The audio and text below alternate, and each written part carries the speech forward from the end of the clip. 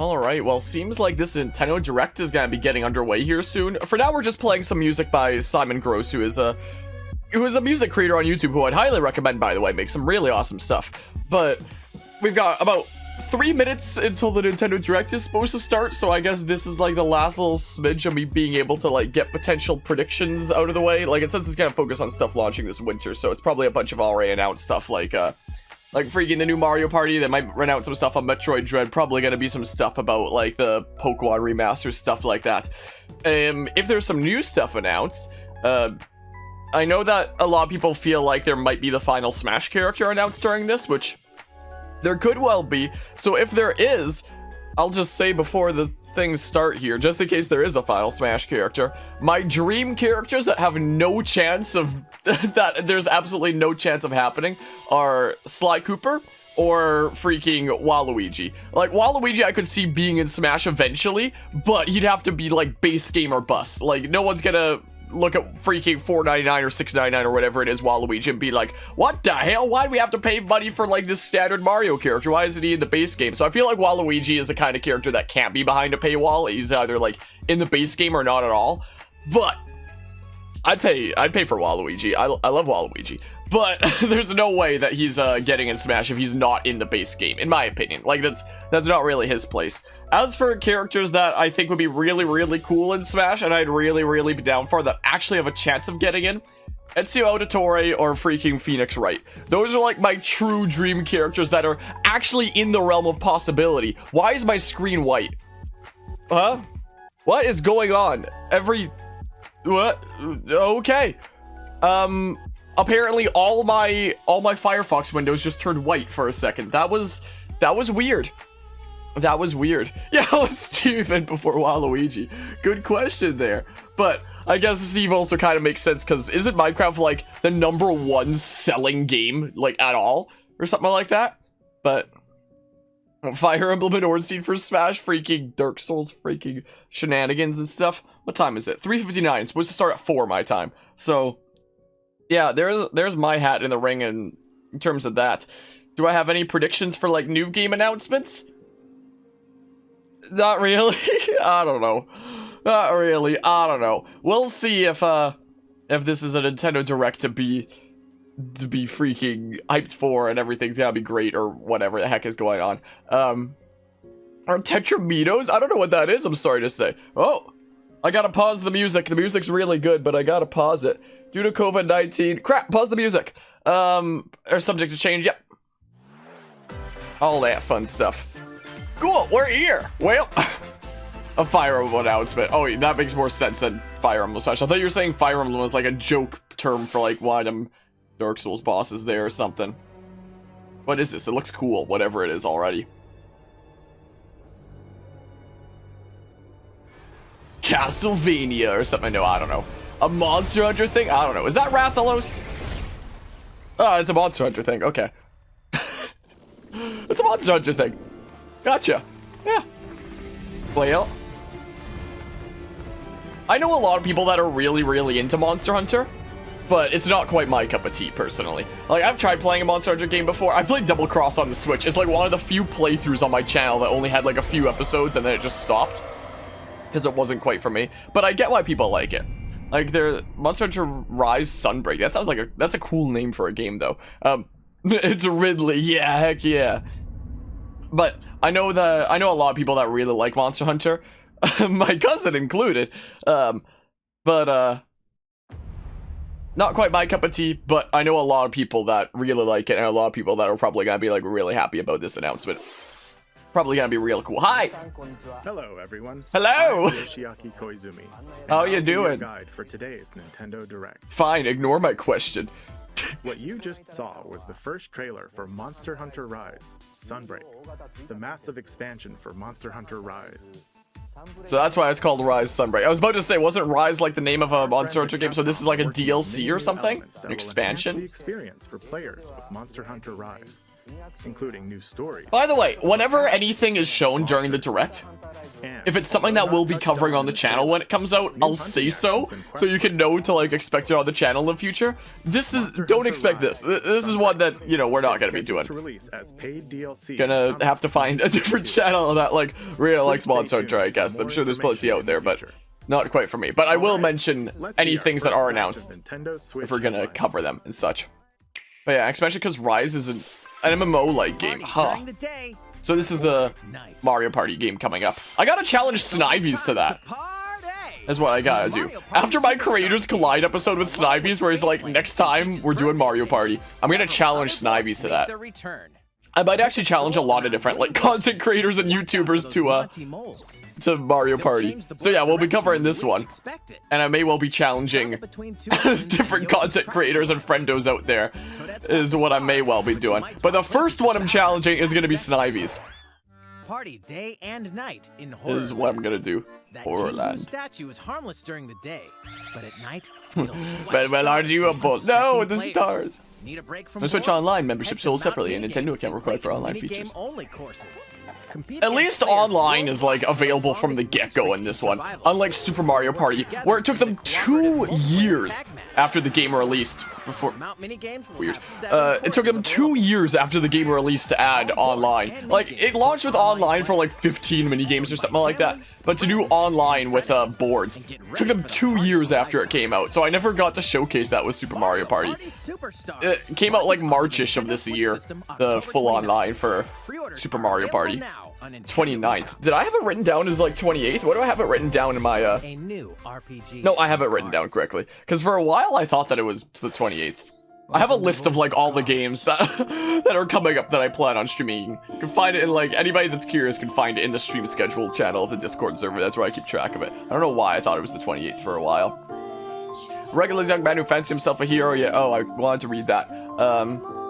No, probably not Bravely Default, but something Square Enix. I wouldn't be surprised if it was.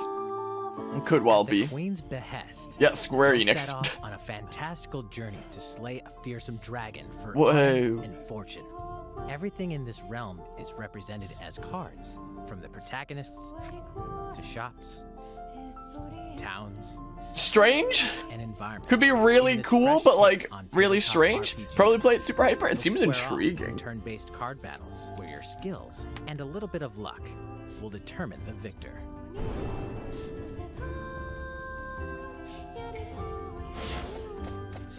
An entire world of cards, huh? It seems intriguing, at least. Yeah, it really does take card game to a new level. And Yosuke Saito is about to unfold. Like, it combines like an open world JRPG looking kind of thing with everything being cards. The Isle Dragon Roars. It's actually really intriguing, honestly. October 28th. Pre-orders and a free demo will be available today on Nintendo eShop. That actually seems pretty intriguing. Free demo? Maybe I'll try the demo. I don't know. Become a hero or an absolute disaster of a human being. What's the name of this game? Corporate Greed? You awaken in a hotel room in the city of Revachol, devoid of your memories. Oh no. Soon, you learn that you're a detective and get Disco entangled in a strange Elysium? murder case in the groundbreaking role-playing adventure Disco Elysium: The Final Cut. When do we get to see Disco? Interrogate people and uncover clues, internal dialogues will begin. To investigate, yeah, adjust my microphone you'll a need little the help bit. of the 24 skills living within you. Meh. Look, more cards. Your behaviors and available choices will change depending on how you develop these skills. Directly. The art style and the 3D models kind of remind me of like a old PC kind of investigation adventure game. Kind of like a Grim Fandango kind of thing, where it's like, you know, you're moving around these environments and inspecting things and stuff like that. Like, it has a kind of retro feel in that way. Like an early PC kind of retro feel. The Final Cut. Were there other cuts and I hadn't heard about this game before or something? Oh, I should have predicted that this was going to be mentioned. I forgot about that because the second DLC is coming out in November. So what is the second DLC going to be like? We'll be covering that when it's out. We'll be covering the second DLC for Age of Calamity, since we already covered like a full playthrough of Age of Calamity and its first DLC and all that fun stuff. What are they adding now? Is that just like the Breath of the Wild Calamity Ganon? It's kind of what it looked like. Is it new story content? That's really cool if it is. thanks. It seems I owe him as well. Yeah. The King of Hyrule must not fall! You know, But what- pretty good for a little kid. What would the adventure be this time? Don't you think? Is it another adventure that's against They won't harm. Calamity Ganon there? So I guess like Astor and Suga might finally be playable. Well, I don't know about Astor, but Suga most likely would be. It seemed to be implied there. No, don't bring Terrico! I love Terrico. Like, that looked kind of like the Breath of the Wild Calamity Ganon. Huh, I'm intrigued. I'm very quite intrigued. We'll definitely be playing that. Yeah, and it was it was implied that they might be playable because apparently people found like their icons in the game files already. Did they play as a duo or something? October 29th. Dang it, that's the month I'm doing a bazillion things. New story, Battle for Kakariko Village, Battle of Gaponda Village, and well, we'll go back and read more of that later. What the hell is this? Chocobo!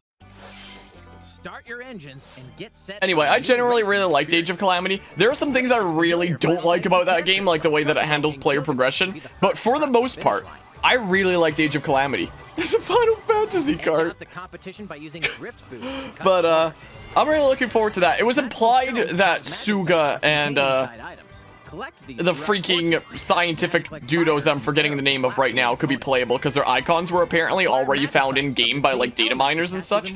So it seems like that'll be the expansion that adds them as playable characters. Robbie and Pura, that's the name of those two. So it seems like those two might play in like a pair, like an Ice Climbers kind of thing, which actually seems kind of intriguing and like it'd be pretty fun, honestly. So I'm looking forward to that, and the bits of cutscenes that were shown there looked really good. So I'm looking forward to that. But why did it have to be during October? Because freaking October 5th is Nickelodeon All Stars Battle. Bro, it's Mario Kart 9. No, because October 5th is the freaking Nickelodeon Smash Bros. Game. October 8th is Metroid Dread. October 29th is Mario Party Superstars. October 31st is Halloween, and we'll probably be playing Luigi's Mansion for that. We have some news And it was about October the last 28th fighter for Age of the Calamity's Super thing? Smash Brothers Ultimate Game. Oh, so there's the next Smash thing. But oh my goodness, October. Mr. Sakurai, the game's director, will reveal this fighter in the final Mr. Sakurai Presents Tune in video 10-5, huh? on October 5th. October 5th. I was just looking over at the number like He'll also show you freaking. how So that's to use October. this Yeah, fighter, I'm so dumb. Please look forward to it. Okay. I guess we'll do a thing during that as well. Another one of these like direct presentations and discussions. Smash Brothers Ultimate. I hope you'll check it out. Okay, well, guess we'll tune into that and have a Please podcast take a look at discussion this. with that as well.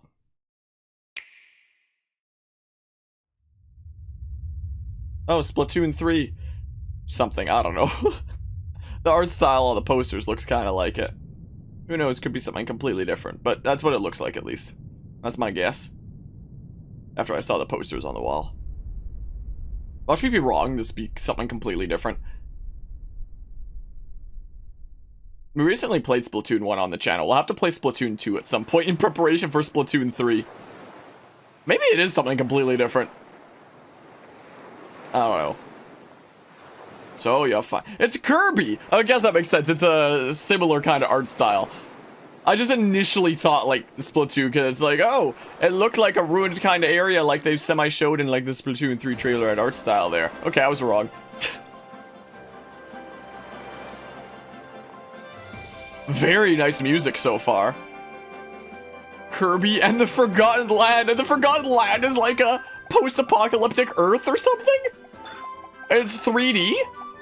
The last Kirby game on the Switch of, whatever the heck, what was it called again? Dang, I'm looking over at my freaking bag that I have over there that I got with that Switch game. And my freaking keyboard blocks it, my piano blocks it, so I can't even see what it's called. It was like the first playthrough we did on this channel, why am I forgetting the name of it? But yeah, Waves when you go Explorers DX, then remember there's no city, imagine if they added a freaking city there. Have we ever had a full 3D Kirby game? I haven't played enough Kirby to, quite recall. But that seems pretty intriguing. Full 3D Kirby game here. Yeah, we'll probably be playing that when it comes out. Yeah. When it comes to the games announced here to cover on the channel, this is probably one of them. Yeah. Kirby and the Forgotten City or the Forgotten Land or something, huh? Oh no! I wonder if you still get to have, like, friendos, if you can still build up, like, a squad of 4 in this full 3D thing. Seems intriguing, though. Spring 2022. Interesting. Interesting. Maybe I'm forgetting the name of the first Kirby game on this Switch because the playthrough kind of went horribly wrong, and maybe I'm trying to push it out of my mind or something. In this new game, It's a fun game and stuff, but covering it went horribly wrong. Kirby moves. Interesting. Setting Interesting. also appears to be mysterious. It is mysterious. Oh, look at the ducks! From a past civilization. A past civilization, huh? For Kirby. The game is scheduled to release in spring 2022. Yeah, we'll cover it. We hope you'll look forward to Kirby's new adventure. We'll cover it here when it's out. Next. Yeah, the we have graphics this definitely to look show. better. That Please take a look. was next. Why is my stream down? Why is my stream down? What the hell? I don't know why my stream is down right now, so I hit start recording, but my stream is apparently down. Are we back? The stream is back, I think. The stream might be back? I think? Yeah, the stream is back again. So it looks like there is new Animal Crossing stuff. I know Shuck was hoping for new Animal Crossing stuff. One of the mods around here. Welcome to Animal Crossing Direct. More details airing in October, so there's gonna be big stuff for New Horizons, I guess. Okay, well, the stream is back, it seems like. Since its launch Sorry in about it going 2020, down. I don't Animal Crossing New know why my Horizons internet just game died has been randomly. Enjoyed by many players around the world. New free content will arrive Animal in Crossing is one of the few playthroughs on this channel preparation that for was its started release, we will be and airing technically Animal never ended. Crossing Hello, New hello, Shuck, Horizons just speaking Direct about in you there. October. In Animal it, Crossing is we'll one of go those over the content playthroughs in more that detail. just like abruptly stopped. Because I get why people like it, Please but it's be not on quite my lookout cup of for the tea. air date of this Similar to Monster presentation. Hunter in that sense. So, but there Let's is no move real on to more endpoint to Animal Nintendo Crossing, so Switch it's probably headlines. fine that my series abruptly ends. I don't know. I don't know. Two Who games, knows? one game update, and lots of fun. What? What does that mean? More free content is coming to the Mario Golf Super Rush game. Okay, am I gonna cover new stuff with that? Koopa Troopa enters If it's the just new fairway as a characters, then I'm playable not gonna character. worry about covering it. I don't think. Dish out tricky shots. But if there's and like some new dashes courses, to then I'll match do it the with friends competition. or something. Ninja will also What? be playable. Take advantage Ninja. of Ninja's blinding speed to outpace Am I opponents. dumb for just not even really knowing what character this is? Like, it looks semi-familiar from like some 2D Mario stuff, maybe, but like, okay, there is additional courses, so maybe These we will do additions some more come stuff. Swinging in. Oh. A free software update later today. Oh, well, maybe I'll What's this? see if Anima wants to play with me again. You're invited something. to live in a magical world with Mickey Mouse and dozens It's a of Disney Bandai characters. Namco Disney game with Mii's. Spend time with Disney friends. What? Craft your own whimsical. Why does it costumes look and like it furniture, belongs on the and Wii? Explore delightful Disney-themed worlds. All downloadable content from the original. Oh my goodness, Nintendo those 3DS faces. version is included. This looks like a Disney Wii Magical game. World 2 Enchanted Edition soars onto Nintendo Switch this holiday. Enchanted Edition? The The hell? beloved Star Wars game is coming to Nintendo Switch. Blast off to captivating planets. Oh, that'll and make a join lot of people forces happy. with I know Jedi, nothing about it, droids, but I hear the and name outcasts all the in this time blend of action, of this game. role-playing, and adventure. Will you use the Force for good, or will you be lured to the dark side? Your choices determine the galaxy's fate in Star Wars: Knights of the Old Republic, launching on Nintendo Switch November 11th. It still looks kind of the way that I imagined the original looked here. Doesn't really seem like the graphic could have been There's one thing you improved must all that much. always It was just remember. announced now the OG version gets a Switch port. So that's what's going on here. So there's like a dedicated remake, but the actual original's going to the Switch, and that's why it looks all Turns freaking people weird. Into the undead. Weird. In the cloud version of Dying Light 2, Stay Human. You'll need to Never master played Dying both Light. Parkour and tactical combat. to Oh, it survive. reminds me of that one. What's the name of that one parkour game? That one first-person one. Alone, or with up to 3 other Something players Edge, in I don't know. online co-op as you unravel the I don't dark know. secrets Never played of Dying those Light in before, power but during heard the about it. day. Then plunder the layers of the infected at night. Your decisions will shape the I story. don't know if we'd ever play a zombie They'll game on this also channel. have Like, we consequences. played Zombie U for No matter Halloween in where your 2018, actions kind of lead, as a joke. There's one thing you must always remember. We might do like the Stay Telltale human. Walking Dead games on the channel While one you're day. at it, But take the apart from that, I don't know if prequels we're ever doing and like Dying Light, Zambo Platinum stuff Edition. on the Scatter for channel. supplies, Maybe. craft Who weapons, knows? But and face hordes of the infected in a post-apocalyptic open world. Dying wait, Light 2 Stay Human Cloud version launches on Nintendo Cloud Switch version? What does that November even mean? 2022. A free demo will Featuring also launch Cloud the from same Final day Fantasy on VII Nintendo version. eShop. Oh, Dying Light Platinum Edition comes to Nintendo Switch October 19th. Pre-orders begin today. So I guess there's on Dying Light Nintendo 1 and eShop. 2, and they're each coming to the Switch in different ways. It's a fantastic game, though. I've heard about it. This I'm looking forward to, Project Triangle Strategy. We covered the demo when that was out. Triangle Strategy, This is actually a fiery really cool chronicle looking. of war It's like a presented mix of in Octopath Traveler and Fire Emblem. My apologies. So I'm actually hyped for this. We'll be covering this game when it's out. I'm looking forward to it. The decisions you make. In the end, Like, I your loved Octopath convictions Traveler. guide you. I think that this new style of gameplay that they're going for is really intriguing. Oh, so it's called Triangle Strategy now. So I guess, like, Project Octopath Traveler was changed to Octopath Traveler, and now Project Triangle Strategy is changed to Triangle Strategy, huh? Drop the project. I'm still gonna call it the project series between Octopath Traveler and Triangle Strategy, though. It's like their HD 2D series is what it's more officially called. The Square Enix's HD 2D series is what they're technically calling it. Game flow and loading times. Nice. It's really nice, like, how they do these demos and, like, really listen to their player base. If only they could have done so a little bit better for Bravely Default 2. Like, after the first demo of Bravely Default, that's my birthday! I'm gonna be 23 on that day. Nintendo eShop. Wow. What a game to release on my birthday. Yeah, here comes Metroid Dread. I wasn't sure what I was gonna stream for my birthday this coming year, because for the past 3 years, I've done, like, the Sly Cooper trilogy. We did Sly 1, then Sly 2, then Sly 3 for 3 years in a row. But now this trilogy's done, so I didn't know what I was gonna stream on my birthday for 2022. I guess maybe I have my answer now, Project Triangle Strategy. I guess.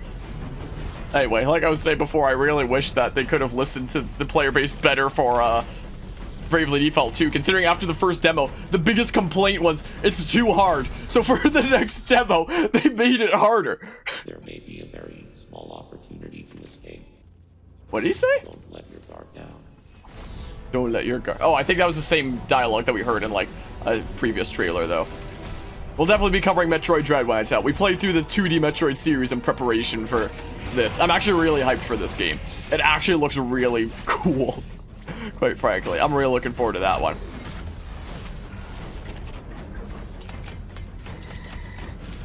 Like, this game looks freaking sick, honestly. Like, I've never really been much into the Metroid series before, but with the announcement of Metroid Dread, I was like, okay, let's play the 2D Metroid series, and I can stop whenever I want if I really don't like it. But if I do like it, I can do the whole series and then be prepared for Dread. And that's what happened. I actually had a lot of fun with them. So I'm hyped for Dread. The deadly X-parasite still Deadly exists, X-parasite still and figure exists. out why the Emmy research robots in search of it have mysteriously gone dark. Either they've been infected by the X-parasite, or the X-parasite is extinct and the freaking Galactic Federation just sent Samus there to die because they're pissed off at her after the events of Metroid Fusion. Because the Galactic Federation and Samus aren't exactly in a good relationship after the events of Metroid Fusion, considering she kind of crashed their space station into a planet and shut down their secret Metroid project. Including evidence that the So- Chozo may have once called the planet their home. Visit Metroid.Nintendo.com to read Metroid Dread Report Volume 8 for a detailed account of the terrain and life forms you may encounter in the Metroid Maybe we will. Dread game. In the Be sure Metroid to read Dread the other game. Metroid Dread reports there as well. Oh. You'll want to prepare yourself for the dangers. Fine, I'll open it in a new tab and we'll look at it after the stream. Metroid Dread launches on Nintendo Switch. Metroid.Nintendo.com, was it? On Nintendo eShop. Whoops. Dang it. Metroid.Nintendo.com. Up next, we have news about Nintendo There we go. Switch Online. Well, Many people have been no. using Nintendo Switch Online since it launched in September 2018. more special offers. In Or are they addition to adding the current N64? membership, We'll be adding a new membership plan. Oh, fuck! As a part of this new plan's content, They're adding Nintendo 64 games, but it's as part of a new membership plan? Are you actually you'll be kidding me able to right play a now? collection of Nintendo 64 games. You have to go with a new membership plan to play N64 games. 25 years Just ago. when you thought Nintendo Switch Online couldn't get any worse, they're releasing N64 games under a new membership plan. 4-player multiplayer action. That's Nintendo Switch, You can disgusting. play select Nintendo 64 games locally or online. I am actually, why is it frozen? I'm actually disgusted right now. With this new membership plan, in addition to the Nintendo New 64 membership games, plan. Weird, but they're releasing more games for their overpriced online that barely works. But did you think you'd be able to play those games for the online you already have? No, you gotta do a different membership plan. you'd like. That's The new so plan will include stupid. All elements of the base Nintendo Switch Online membership, You as well as the ability to play the included Nintendo 64 and Genesis games. you literally need. This is Nintendo Switch Online plus expansion pack. You know, there's all kinds of scammers out there that go by a lot of different names. Some call themselves astrologers. To continue using the existing Some plans. call themselves Nintendo. Also, those who Some have an existing membership call plan themselves a lot of continue different over to things. The new plan. Fuck Share off. More details about this new membership plan at a later time, including the exact release date and pricing. Oh information. my goodness, For Nintendo. now, however, we'd like to announce the games that will be available when it launches. Just a couple months after I make my Nintendo's Classic Game Conundrum video, I guess I'm gonna have to do a follow-up. As well as these Genesis games. We'll also continue Nintendo adding more Switch Nintendo Online 64 games, such expansion as The pass, Legend of huh? Zelda Majora's Mask, and Oh my F-Zero X, goodness. as well as other Nintendo 64 and Genesis games. Just bring the virtual console, you stupid freaking... Furthermore, we've prepared Nintendo 64 and Genesis They'd be able to controllers print ensure money the games can be off played of- with the same style off of just controls releasing the from virtual their console. original releases. Sometimes you don't understand why you spend so much time playing Nintendo games, and here is why. Yeah. Yeah, hello, gaming These chat. controllers will be available for purchase Oh by any my Nintendo goodness. Switch Online member. So to play the Nintendo 64 games on the Switch with a Nintendo 64 controller, you need to pay for Nintendo Switch Online. You need to pay for the Nintendo Switch Online expansion pass. You gotta pay for a Nintendo Let's see freaking a 64 few more controller. Nintendo Switch headlines. Oh my goodness. Plenty to play in these collections. Yeah, I'm pissed off, honestly. I'm honestly Fantasy in this three-game insanely collection pissed off of at that. classic RPGs. What the heck? Shadowrunner Like, Mercenary, I literally your have story a is video filled with essay future on my where channel magic called has reawakened Nintendo's Classic and Game fantasy Conundrum, creatures have where come I back talk to about life. Nintendo could absolutely print money Narratives. if they wanted to, just by like releasing the virtual console. Like, actually have the Switch live up to its what's supposed to be like its motto of being able to play games anywhere, like anytime, your way, or whatever the heck the Nintendo Switch's motto is supposed to be. And they'd be able to absolutely print money that way by people being able to like pick and choose what games they want to play. But instead, they'd rather use their oldest games to make money, like to add artificial value to an online service that barely works, and then never release their other older games, like anything past the SNES, or I guess past the N64 now. They'd rather never release their other things, just in case they want to go back to them and re-release them at full price, like Mario 3D All-Stars, like Skyward Sword HD, that could have absolutely been on the Switch and emulated in HD as is for like 30 bucks Canadian instead of 80 bucks or something like that, you know, as it is here. Oh my goodness. Just when you thought Nintendo couldn't get any worse. But yeah, why would you make an expansion pass for an online service, and an online service that isn't even very good? Like, anybody that's watched my playthrough of Mario 3D World, which we did in 4-player with Anma, Shuck, and Guzma towards the end, anybody that watches that and sees like the insane lag and connection choppiness and just a mess of online that Nintendo Online is, plus the countless freaking Smash events that I've commentated and hosted, Nintendo Switch Online as an online service isn't even very good.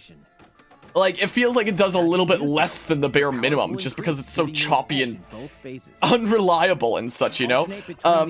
So like, it really didn't feel like the kind of thing that warranted paying for online in the first place. But they made it warranting paying for online by artificially increasing the value by including NES and SNES games instead of releasing them for the virtual console. So, okay, so Deltarune Chapter 2 is coming to the Switch here. We already covered that and such. Deltarune Chapter 2 was actually hella fun. What the hell is this commercial?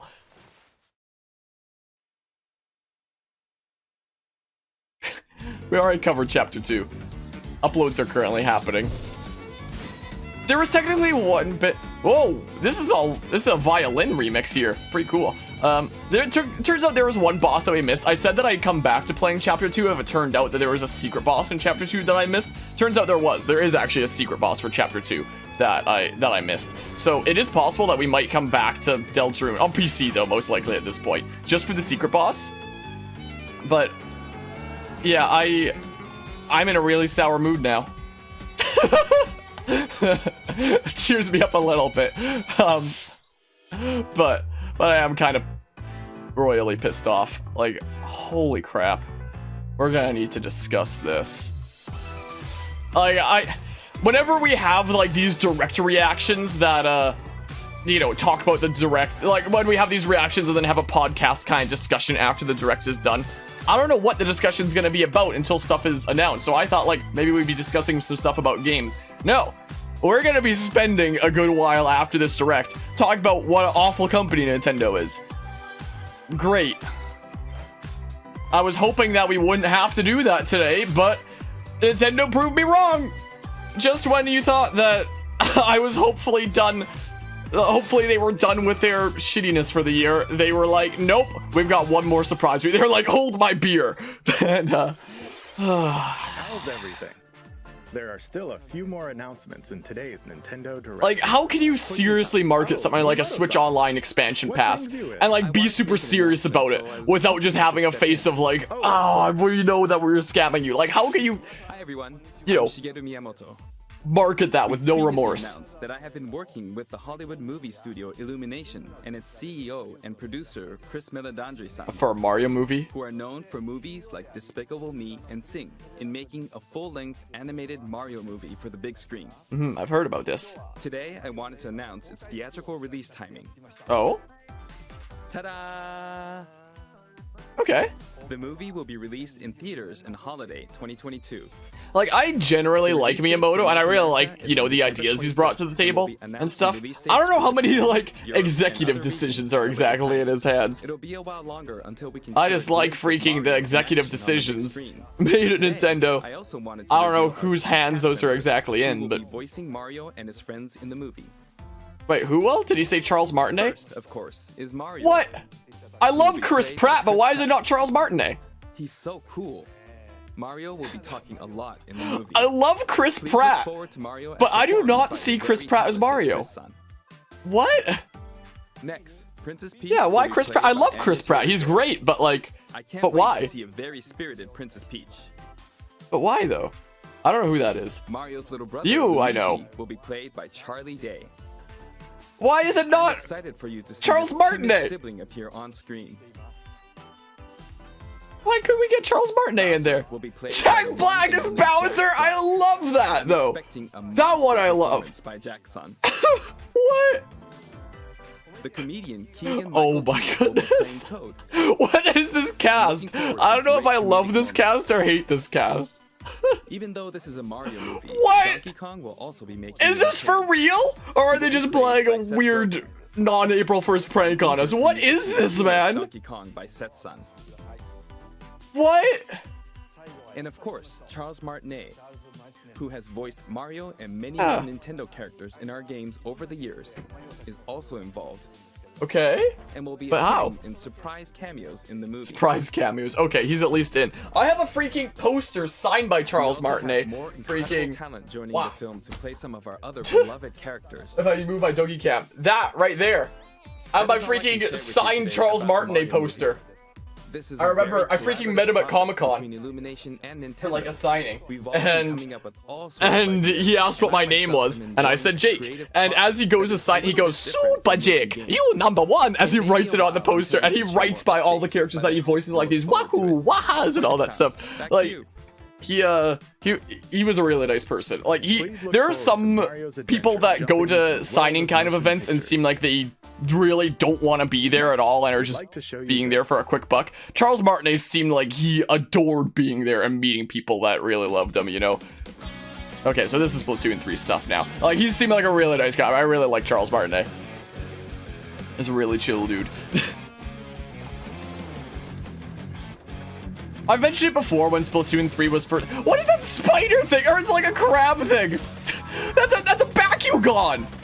That's just straight up a Bakugan. Anyone remember Bakugan? That's what that is. What the hell? That's literally a Bakugan. I don't know what to tell you. That's a Bakugan. What? What the hell? Also, I mentioned it before when Splatoon 3 was first announced, but like, the way that I see Splatoon is I saw like a Smash Bros. Mario Kart kind of situation. Yeah, they're Spooderman now. I saw Splatoon as like a Smash Bros. Or Mario Kart type situation where there's like one game per console. So the Wii U had Splatoon 1, the Switch had Splatoon 2, and then Splatoon 3 would be on whatever Nintendo's next console is. Like, I was and still am confused about Splatoon 2 and 3 both being on the Switch, because they're like a big multiplayer kind of game that you'd think there would be like one of per console, considering it's like a multiplayer game that would keep on being supported for, you know, a good while to come throughout, you know, the rest of its time on that console, I figure. So I am confused still about, you know, there being Splatoon 2 and 3 on the Switch. I mean, there have been, like, Splatoon fans that I know that have looked at this and have been like, oh, but it's actually so different looking, though. And I'm just like, okay, I'll take your word for it since I don't really play Splatoon. Like, whenever we do things on this channel, we try to do it in order. So we did Splatoon 1. Is that Octavio's new thing? We covered Splatoon 1, like, a couple months ago, because we do things in order, and we'll do Splatoon 2 at some point here. Not right now, though. Like, not anytime soon. As I mentioned before, like, the next foreseeable little while is gonna be freaking absolutely ludicrous. It seems like, especially October. So, I can't afford to put in Splatoon 2 right now, I don't think. Or maybe I'll be a psychopath and find some way to wedge it in. Probably not, but it's possible, I guess. We'll probably do it sometime next year, in preparation for Splatoon 3. Unless it releases in early 2022, which I sure hope it doesn't. I need more time! Allow me to share a bit of what we know. I cover way too many games on this channel, I know. Splatoon 3 takes place in Splatsville. It's known as the city of chaos. We're here to kill chaos. I wonder if you get additional online features in games like Splatoon 3 if you buy the Nintendo Switch Online expansion pass. I wonder. Its distinctive culture. I wonder if that's going to be a thing. Turf war appears to be a popular activity. Its basic rules are unchanged. 2 4-player teams compete against each other to ink the most area. However, the trend seems to have undergone a major shift. The Bakugan's pretty funny. Main and special weapons confirmed. Every time I keep on thinking about online games like this and the online expansion pass. Yeah, story mode, I'm just... the single-player campaign. Return of the mammalians. Whoa. Meaning the reappearance of mammals. I swear. To be the theme of story if mode online games like Splatoon, Smash Bros, Mario Kart have like additional features if you own the Nintendo Switch Online expansion pass. Sometimes I wonder if I even want to call myself a Nintendo fan anymore. Sometimes I do genuinely wonder. We'll continue with our research and keep you updated once more results become available.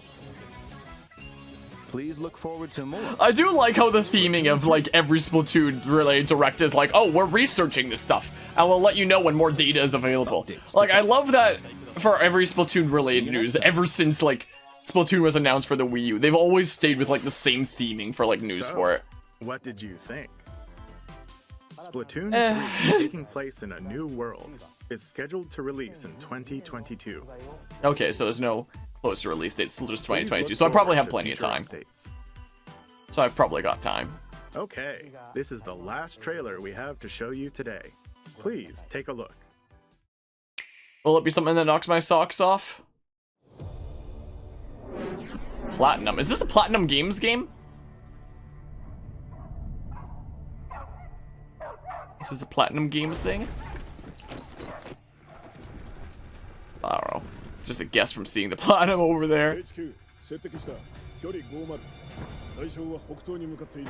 It looks like it'd be a Platinum Games thing. Yeah, it was a pretty strong looking Shibu, wasn't it?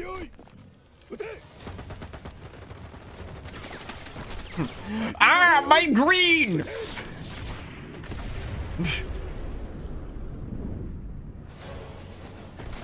How dare you take my green!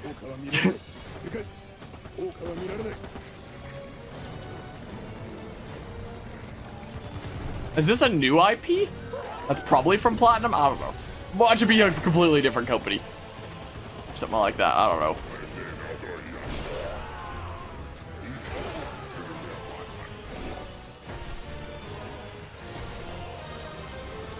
Falcon! Ah, my neck! Your bullets did nothing to me unless you hit my neck! For some reason. Astral Chain! I love Astral Chain! At first I thought maybe it would be, but I thought like there's no way that it is, considering freaking... Okay, maybe it's not Astral Chain, it's Bayonetta 3. Okay. It's just the Astral Chain freaking... Dang it, got my hopes up. I know that a lot of people really like Bayonetta, but because I was about to say, I didn't think it could be Astral Chain before, because in Astral Chain, the weapons that people had were like blaster laser kind of stuff. I got debated, I'm sad. Well, I know this is gonna make a lot of people really happy. Is the case. Like, they're both Platinum Games IPs, Astral Chain and Bayonetta. So I guess maybe there'll just be like a Astral Chain Lappy costume or something like that. Oh, I was super hyped for a second there. Like, I've thought about getting into Bayonetta games before, but like, I don't know if it's quite the type of content that I cover on this channel, considering the way Bayonetta games are, you know?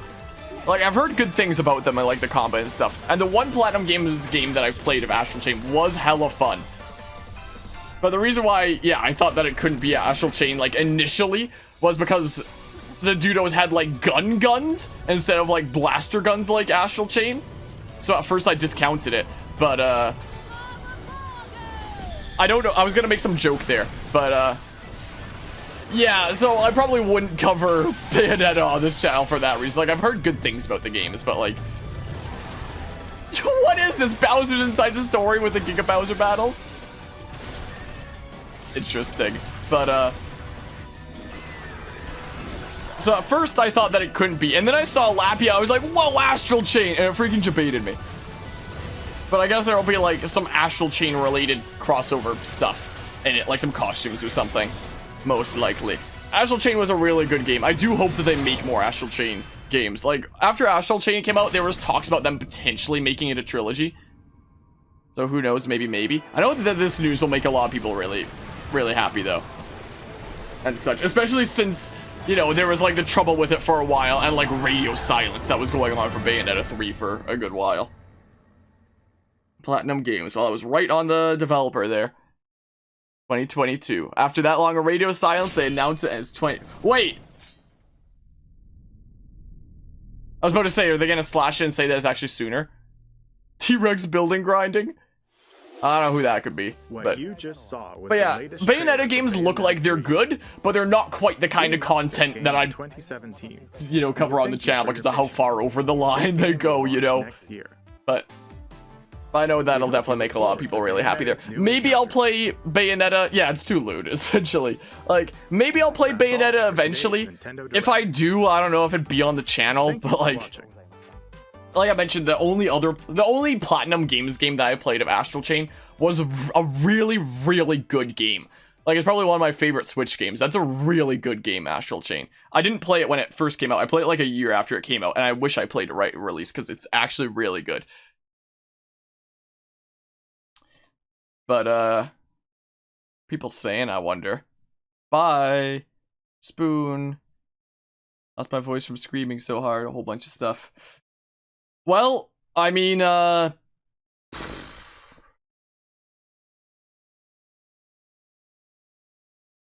bop, hi chat. So, there's very limited news about the expansion pass so far, it seems.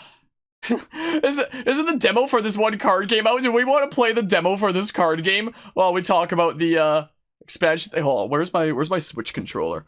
Hold on a second here.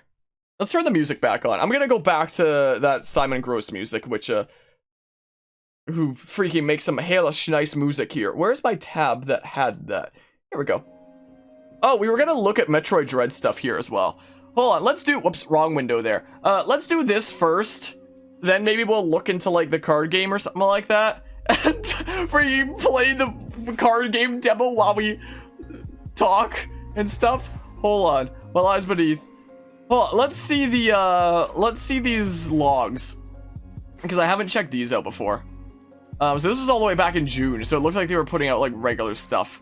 I heard about them, but I never went and checked them out. Closer look at the reveal trailer. Welcome to Metroid Dread Report. This series will include the newest information on Metroid Dread game and the world of the Metroid series, along with behind-the-scenes glimpses of the game's development team. Also, I managed to actually, Twitch have artwork for the card game, though? Doubtful. Like, Twitch actually gets its artwork for, like, the game icons from, like, a different external site. And I forget what the name of that site is. You can Google it and find out what it is. But, somebody essentially needs to, like, make it and kind of register it on whatever that other site is for it to have a thing. But for Metroid Dread, when I went and picked up WarioWare Get It Together that released earlier this month, I decided to pre-order Metroid Dread while I was there. And usually when it comes to like special editions of games, I'm very used to hearing like, oh, you're not going to be able to get the special edition unless you go for like scalpers or, you know, manage to snag one from somewhere really luckily or like some really weird side thing.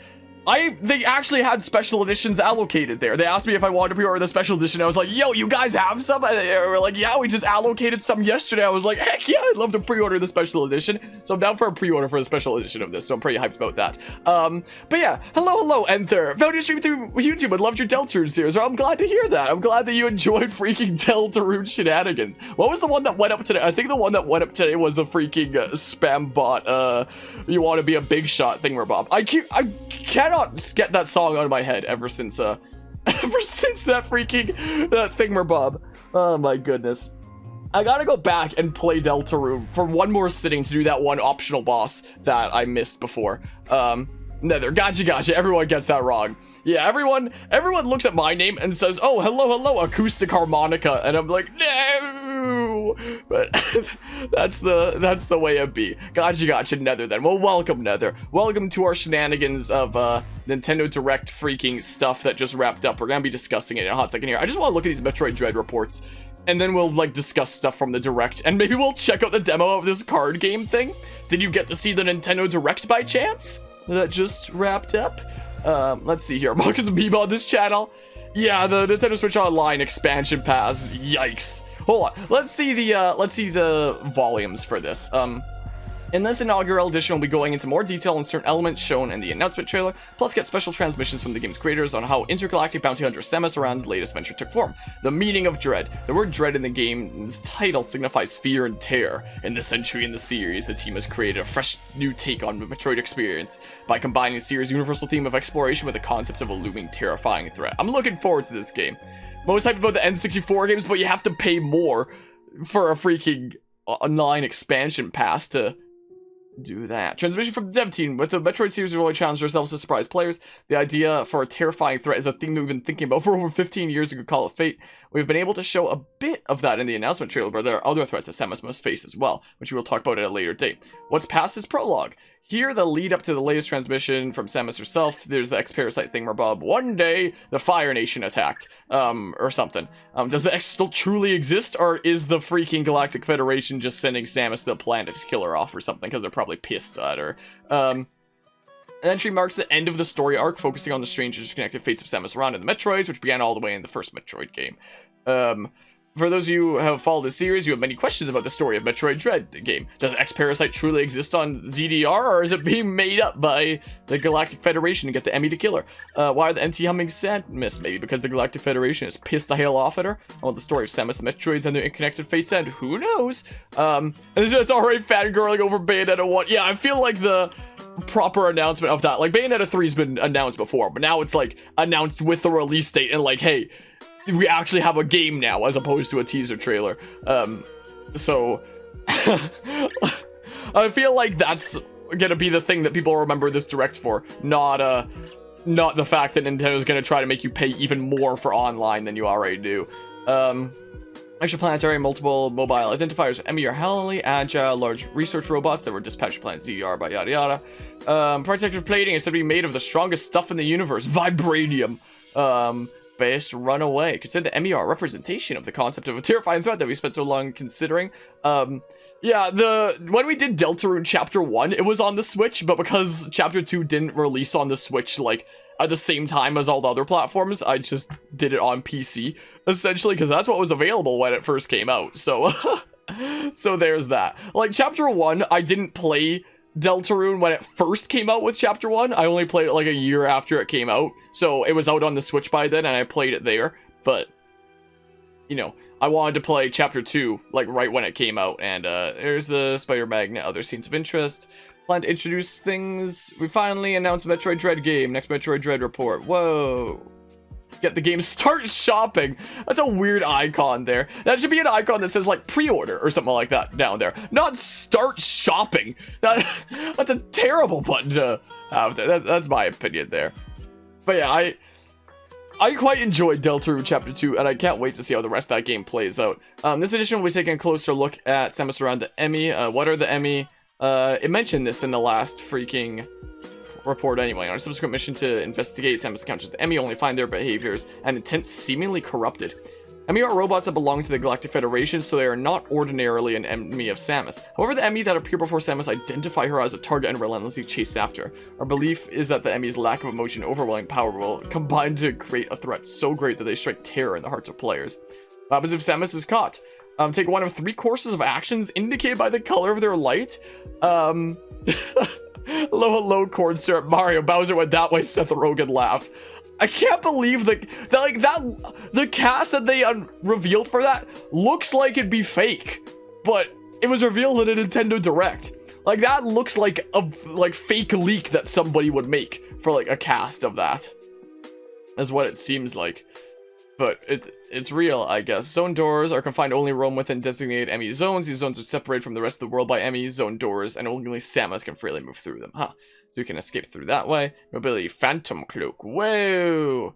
Are the Emmy invincible? Made of special material. However, by taking in the enemy from the central units, the mother computers managing each Emmy zone, her arm cannon temporarily powers up to become an Omega cannon, and she becomes able to fire the Omega Stream and Omega Blast. Emmy are vulnerable to these forces. Ah, so that's a crazier cannon that we've seen in some thingamabobs. Okay, neat. How many Emmy are there? The announcement trailers show several Emmy, including 2 models that differ in color as well as a broken one. However, this illustration shows 7 shadows of Emmy behind Samus. Seems there are more kinds of Emmy out there. Whoa. So 7 points that define the 2D saga. Samus around. Whoa. Metroid. Whoa. 35 years. Like the history and stuff like that. Exploration. Yep.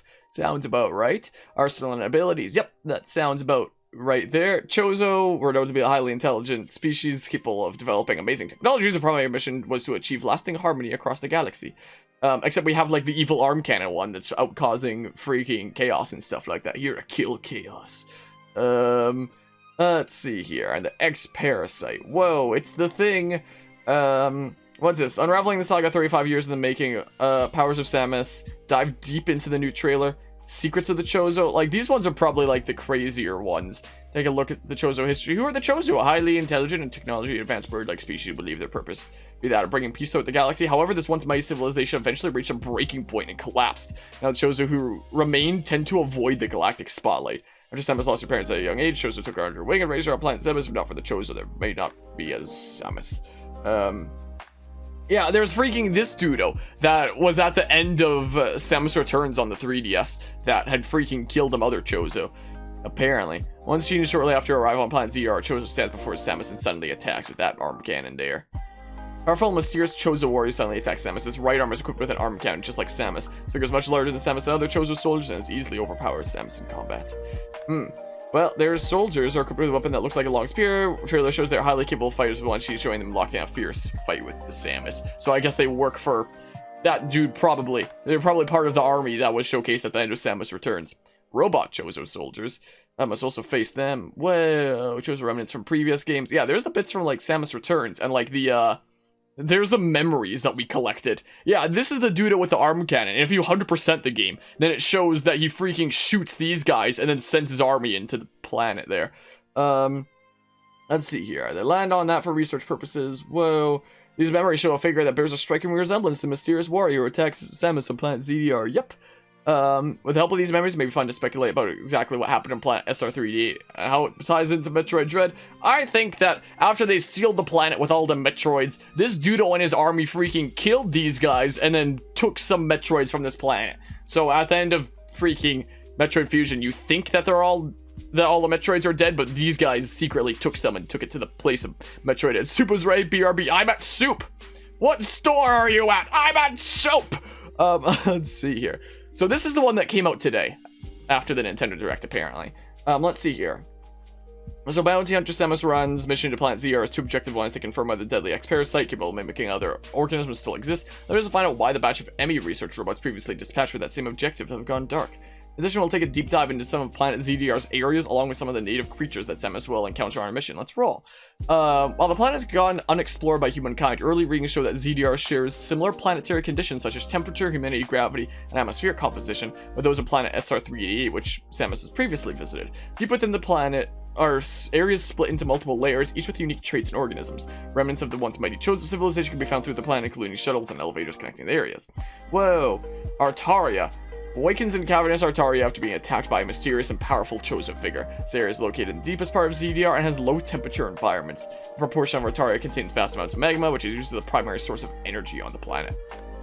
Clada, this terrestrial four-footed creature called ZDR home. It won't attack Samus, but it will cause damage and repel her if touched. It isn't protected by hard armor, so you can inflict damage on any part of the creature. We got Ply, these freaking flying creatures. We got Mudgeby, those guys. Let's see here. You may start there.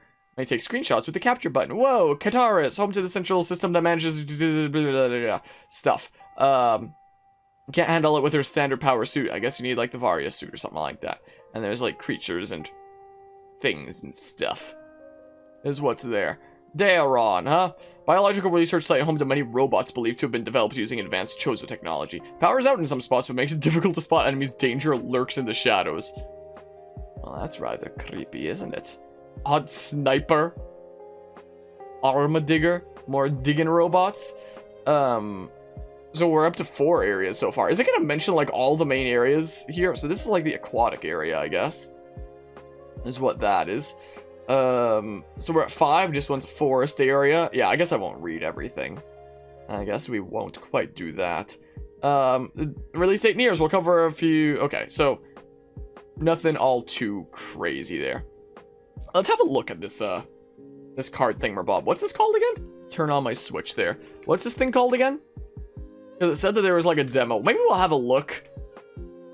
I don't know if it's the kind of thing that we cover when it's out, but, like, we could have a look. Oh, it's October 28th, so there's no way I crammed that into my schedule, I don't think. Hold on. Let's see here. Here's our Mario plus Rabbids stuff. Hold on. Let's have a look-see here. Let's have a quick look-see at stuff going on with that. What is going on over here, huh? Nintendo eShop. Whoa. It's the eShop of Nintendo. Whoa. It's taking a while to load. Is it because there's like high traffic right now or something? Could well be. Featured, is it gonna feature that demo? Freaking Assassin's Creed Rebel Collection's on sale right now for anybody interested in like open world gameplay and piracy shenanigans that we've recently been doing on the channel. It's like 20 bucks right now. I would highly recommend, myself at least. I don't see it here. I probably need to look it up, I think. Apparently Chip said Charles Martinet is a family friend of his? Talking to him about the movie. Interesting. Huh. Maybe I'll ask Chip about that when I have him on for Creators Collide. For anybody that doesn't know, that's a director of the indie game Dark Deity. Is what that is. So what's this called? It's called Voice of Cards, apparently. Apparently VGLS is a common thing that I've typed in. Not in the eShop, but just in like the Smash freaking thingamabob in lobbies for like VGLS events.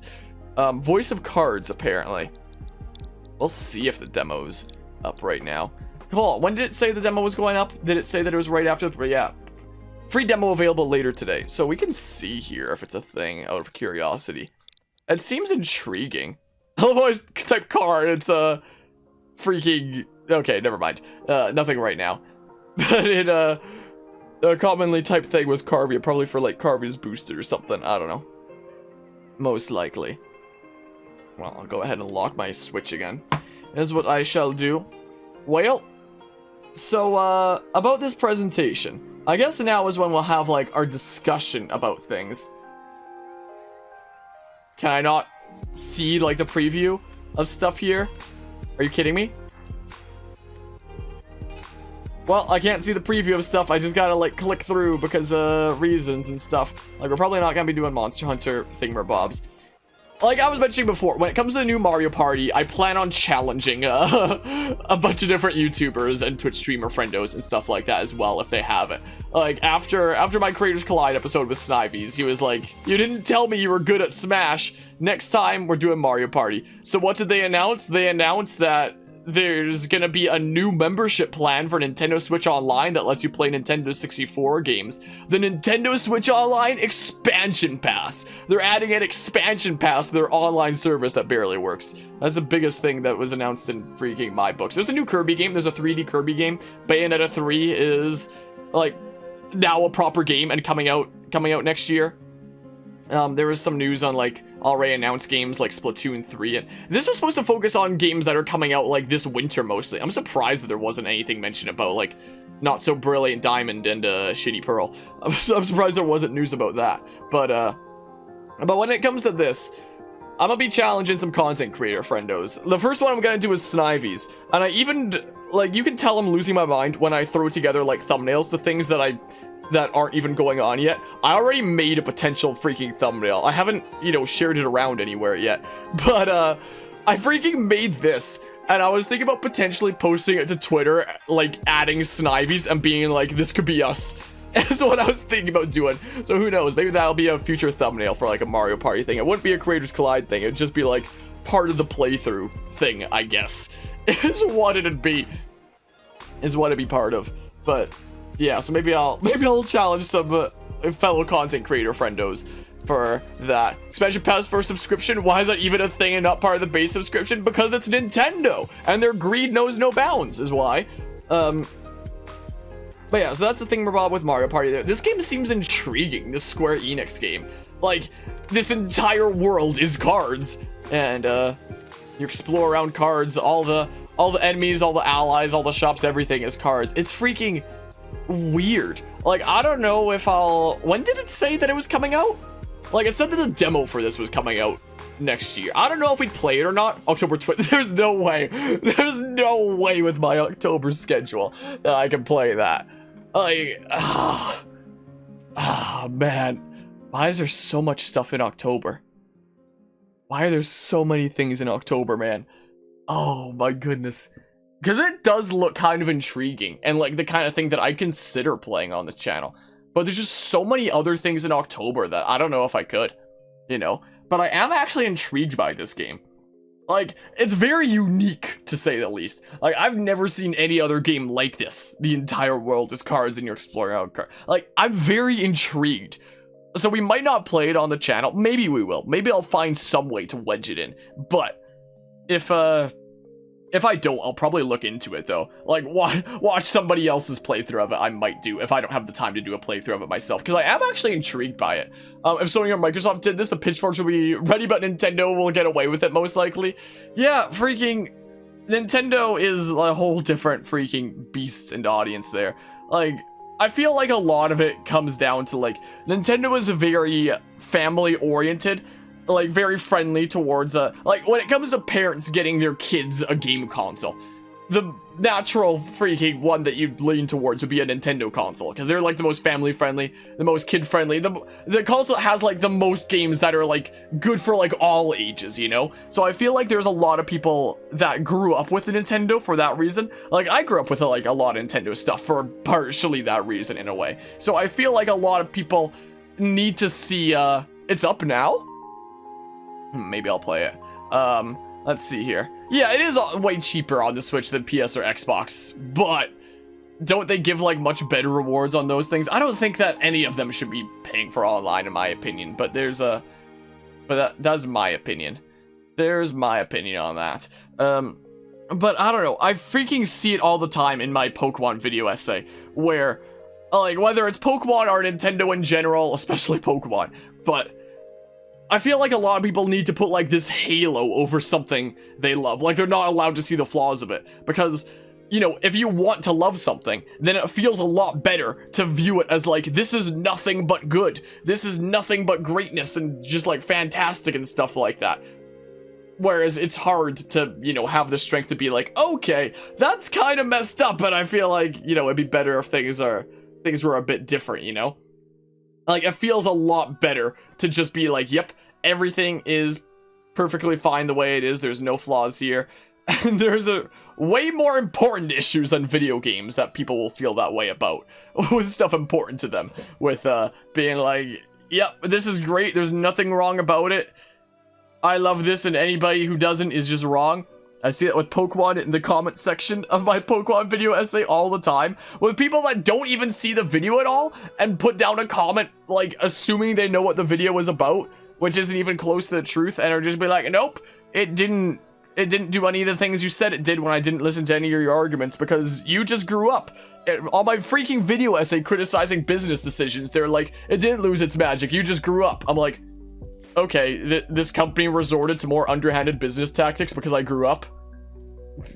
Well, guess I didn't see it that way before. I guess that company just looked at me growing up and decided to do some more underhanded business tactics because of my age. Wow, isn't that crazy? But I feel like there's a lot of people that, you know, just have this mindset that everything needs to be perfectly fine with freaking fields like Nintendo or Pokemon, and it makes it kind of suck to give that kind of criticism sometimes and say that, hey, these are some pretty shitty business decisions, you know? Like, it feels like you're being put in the hot seat for criticizing a company trying to sell you a product, you know?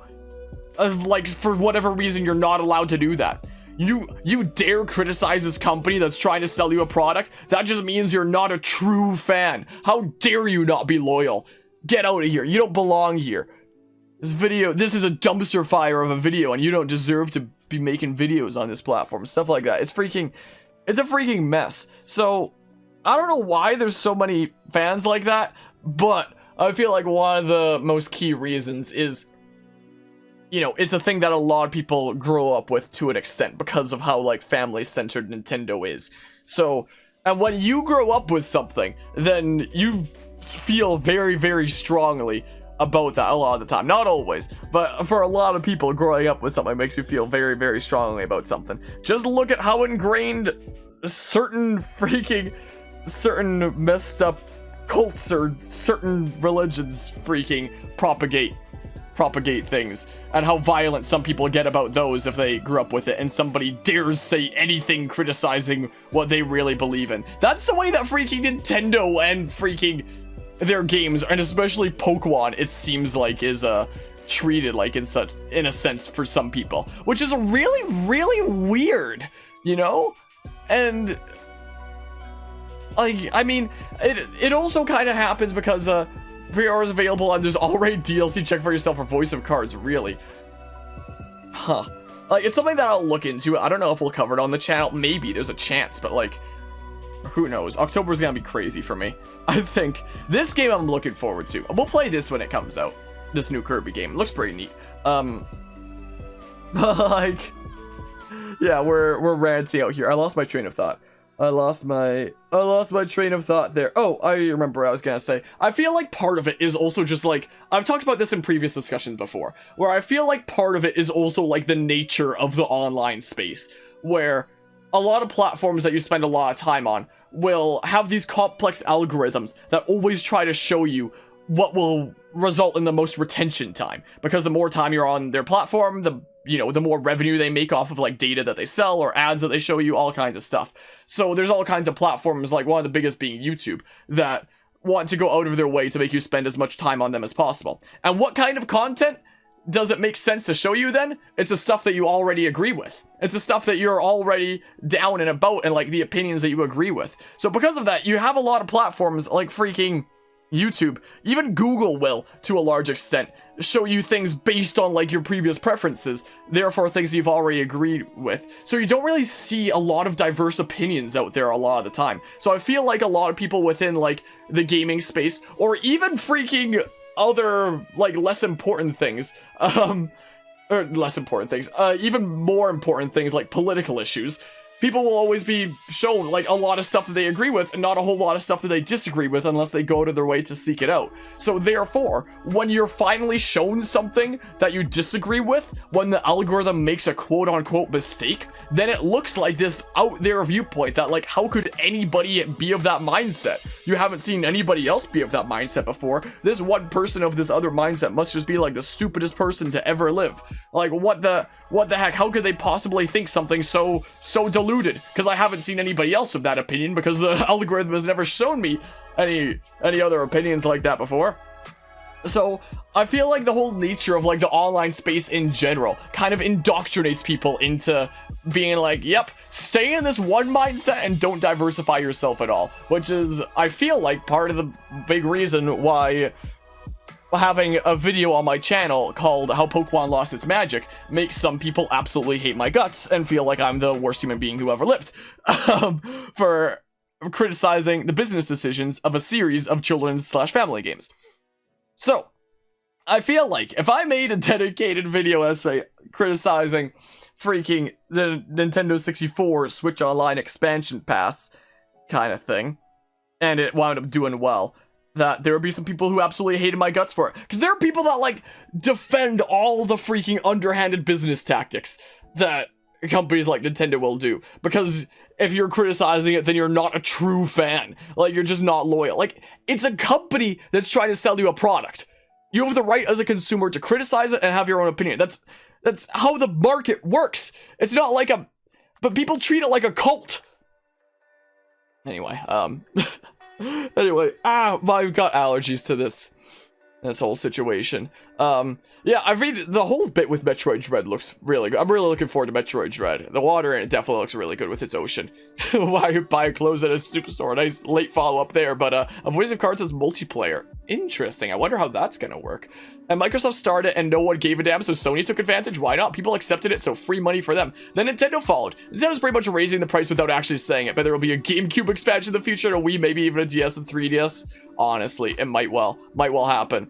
But yeah, honestly, what if I told you the world was more like that before the internet? What, people treating it like more cult-like and like you're not a true fan if you're not doing stuff there. Yo, there's a video essay that I've been working on for a while that I think is basically done, and I might post in a few days' time on like the use of history in video games. Like, it's private right now. What? Where's my video essay? Here's like the Dark Souls stuff from last night. Where's my oh, it's historical. Can historical video games replace tech? That's what it was. That's what it was. This is the thingamabob. This is the most recent video essay that I made. It's private right now. I'll publish it in like probably a few days from now or something like that. But when it comes to what you said there, Hawks, of, you know, Microsoft started it and nobody gave a damn, so Sony started it, and then like Nintendo does like another similar thing.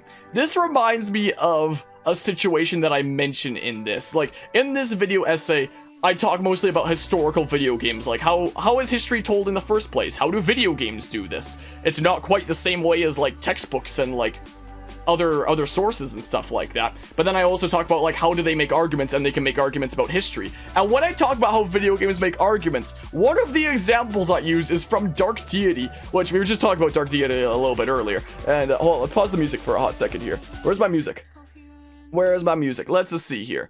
Really, like, Voice of Cards is told like a game of D&D. Interesting. Like, I'm very intrigued by it. Let's see here. How video games make arguments. And I mentioned a bunch of examples about, like, the different ways that video games will make arguments with a whole bunch of examples here. Or maybe that you should deal with, like, again, I'll probably post this in a few days' time. But when it comes to Dark Deity, carried on into the future and have truly lived for something. Like, here's a whole bunch of game examples of ways that they make arguments.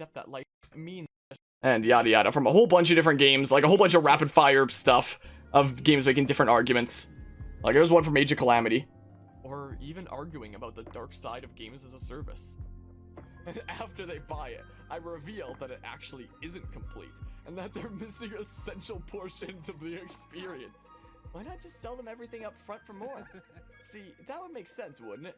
Turns out you can charge crazy prices for stuff that isn't worth what they're paying. Why would anyone buy that?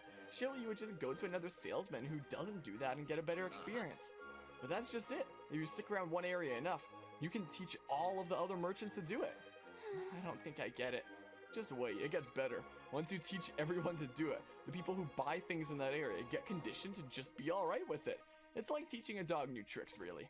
I'm still not following you, but I'd like to see you work your magic. It's not magic, Sophia. It's marketing. Huh? So there's that. And then there's like talking about video games making arguments about history. I don't know when I'll post this. I'll probably post it this weekend, most likely. I've been thinking about posting it soon. Maybe I'll post it like Saturday or something. I don't know. We'll see. But when it came to Hawks mentioning of like this company started and then this company decided to do the same thing and this company started doing the same thing, that reminded me of like the argument that Dark Deity makes with its support conversation with Faust and Foster, whatever the heck, and Sophia, where he talks about like the glory of microtransactions, where it's like you can charge crazy prices for stuff that isn't even worth it. And it gets better. Once you do it for long enough, you teach all the other merchants to do the exact same thing. And eventually, people just accept it. They just accept that that's the way that things are. They don't really fight it anymore. They just accept that that's the way things are. They get indoctrinated into it. And that's absolutely what's going on here in the AAA gaming space. And I've been debating about making a dedicated video essay on the freaking state of the AAA gaming space in general. The reason I haven't made that video essay yet is because I worry it might be too complicated of a subject for me to do like proper justice to, but I might give a shot at it anyway, is what I might do. Like, I don't have an editing project that's in progress currently after this. Usually I'll have like a video essay basically done and already be working on the next one. I'm not working on that one next right now. I'm working on a few different projects right now, so it might be a little while before I post a new video essay. It's already been a little while since I posted the last video essay. I think my last one on Nintendo's Classic Game Conundrum was like 2 months ago. Yeah, it's freaking July 14th is what it was here. So it's already been a decent break there. I know my freaking Nintendo's Classic Game Conundrum video needs an update after that, and it's probably gonna need to wait until after they announce the proper stuff on the Nintendo 64 freaking thingamabob. So I don't know, maybe I'll make a part 2 to that video essay. That video essay didn't do like super duper well compared to like my ones that do super well, so it might not be worth doing. I might do it anyway because freaking screw it.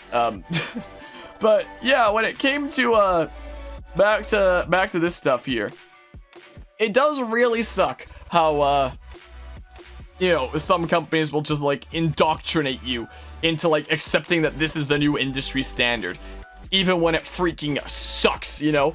Like, my goodness. Voice of Cards music? Maybe I'll do a smidge of it. We can have a look-see.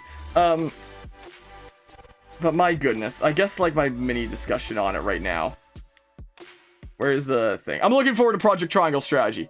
That's, we're gonna be covering that when it comes out. And hey, as I was mentioning before, maybe I have the thing for my birthday for next year, because again, like the last three years was Sly 1, Sly 2, Sly 3, but now the trilogy's done, so I wasn't sure what I was gonna do in 2022.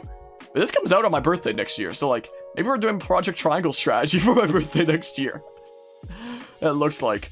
So thanks for releasing it that day. I guess works out. Means I don't have to figure out what the heck I'm doing this past year. I was honestly debating about like redoing the Sly trilogy again, like do Sly 1 again next year, and then like the year after that do Sly 2, and like keep on repeating and like see how the years change or something like that. Maybe I'll still consider it at some point. But this, I already have like my dedicated video essay on how Nintendo is absolutely shoving their fist up the ass of anybody who wants to play their classic games, because like the Virtual Console, it wasn't perfect. The Virtual Console was by no means perfect. Like the fact that you could play Nintendo DS games on the Wii U, but not the 3DS, even though the 3DS was back compatible and could handle DS games just fine. For whatever reason, you weren't allowed to get like DS games from the eShop of the 3DS, which was so silly. So like the Virtual Console wasn't perfect by any means, but it had something going for it. There was something going there, at least, because like it allowed people pick up the games that they wanted to for not too absurd of prices. Like, if it's a game that they really wanted to play, it's like, okay, I can pick that one up, and now I own it until the end of time. So, it was a nice kind of platform for those that were into retro gaming kind of stuff. And Sly Cooper, yeah, is a trilogy of PS2 games that I have on my shelf back there. I grew up with 3 main game series: Roller Coaster Tycoon, Sly Cooper, and Pokemon.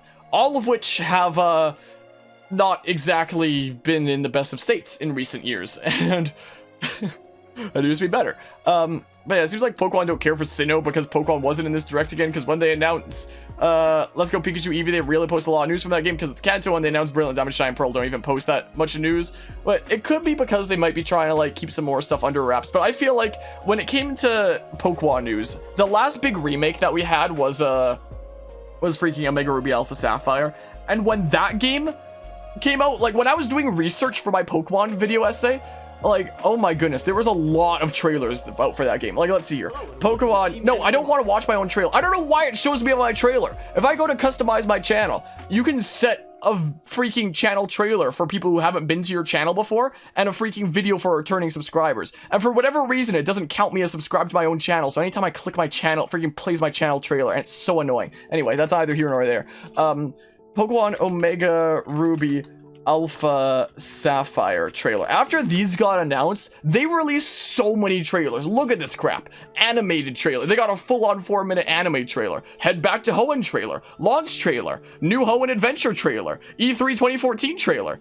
Freaking Pokemon Auras trailer, and this is a 26 videos. What?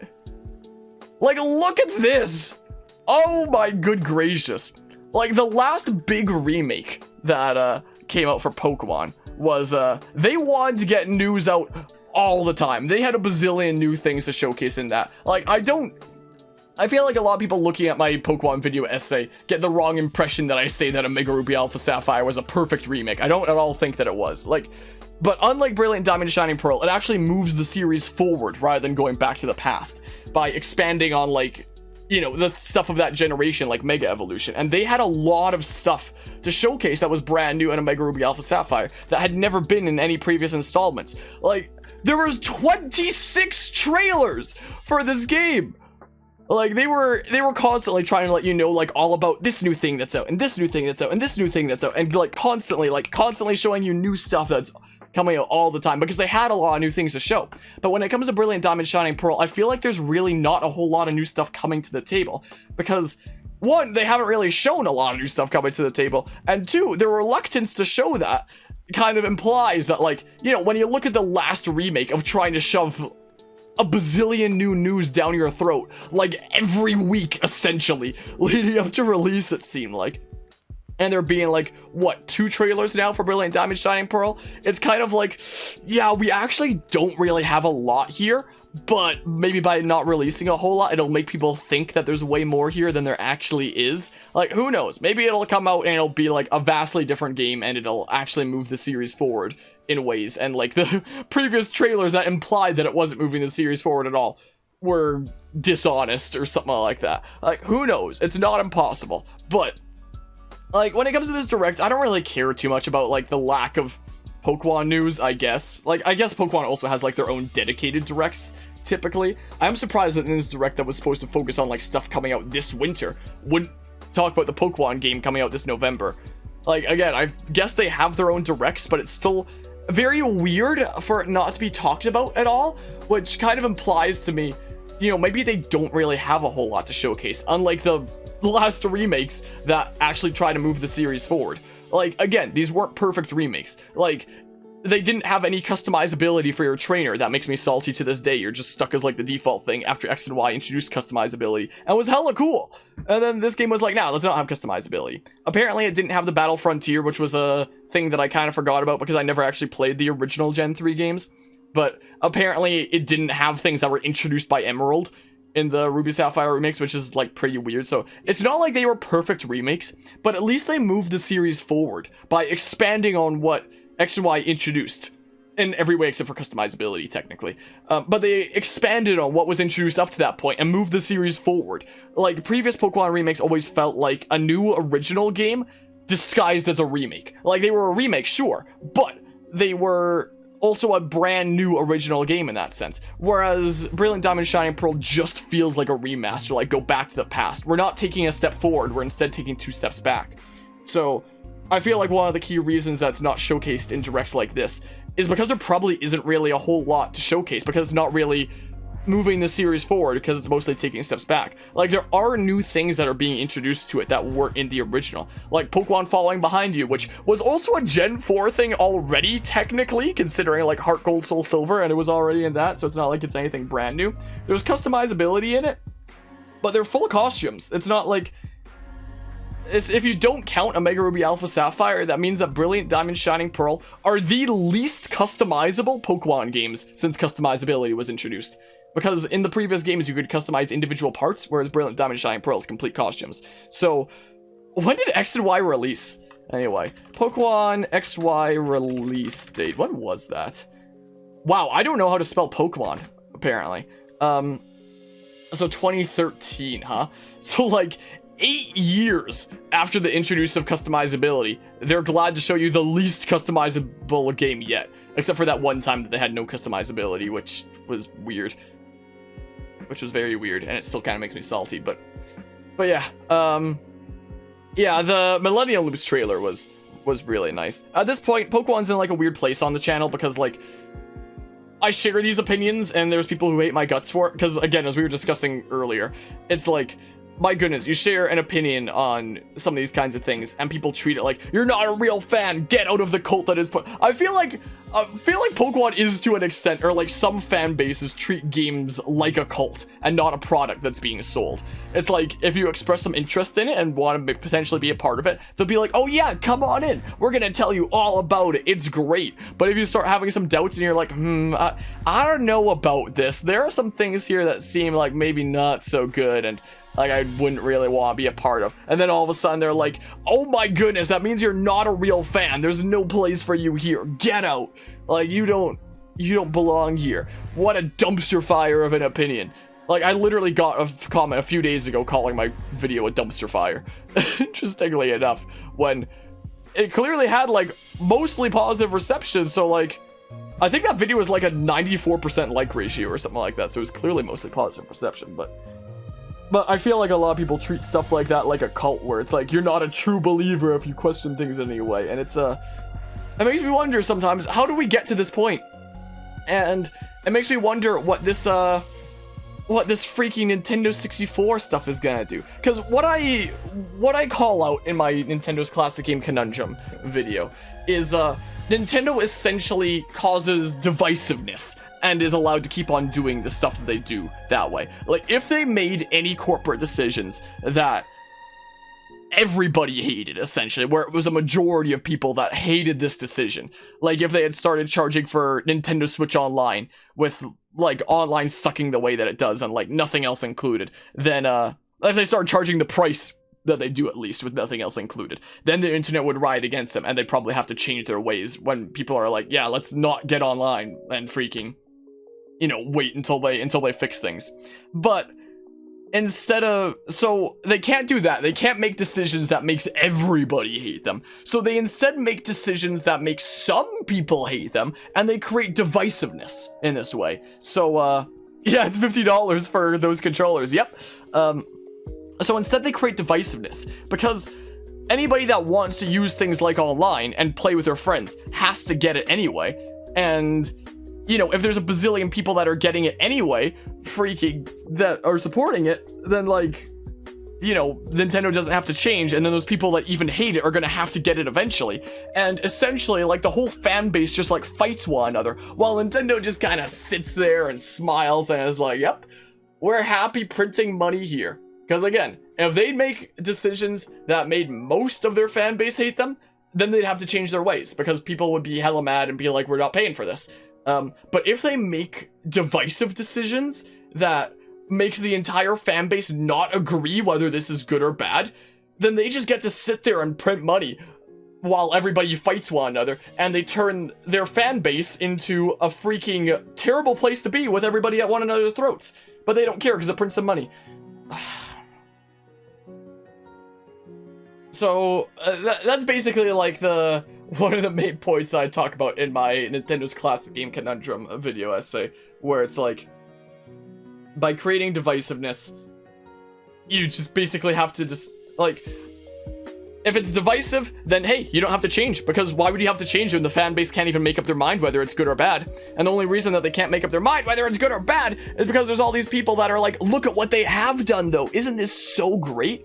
When they're like freaking doing the bare minimum to be able to do that. Like, these are not hard games to get on the Switch.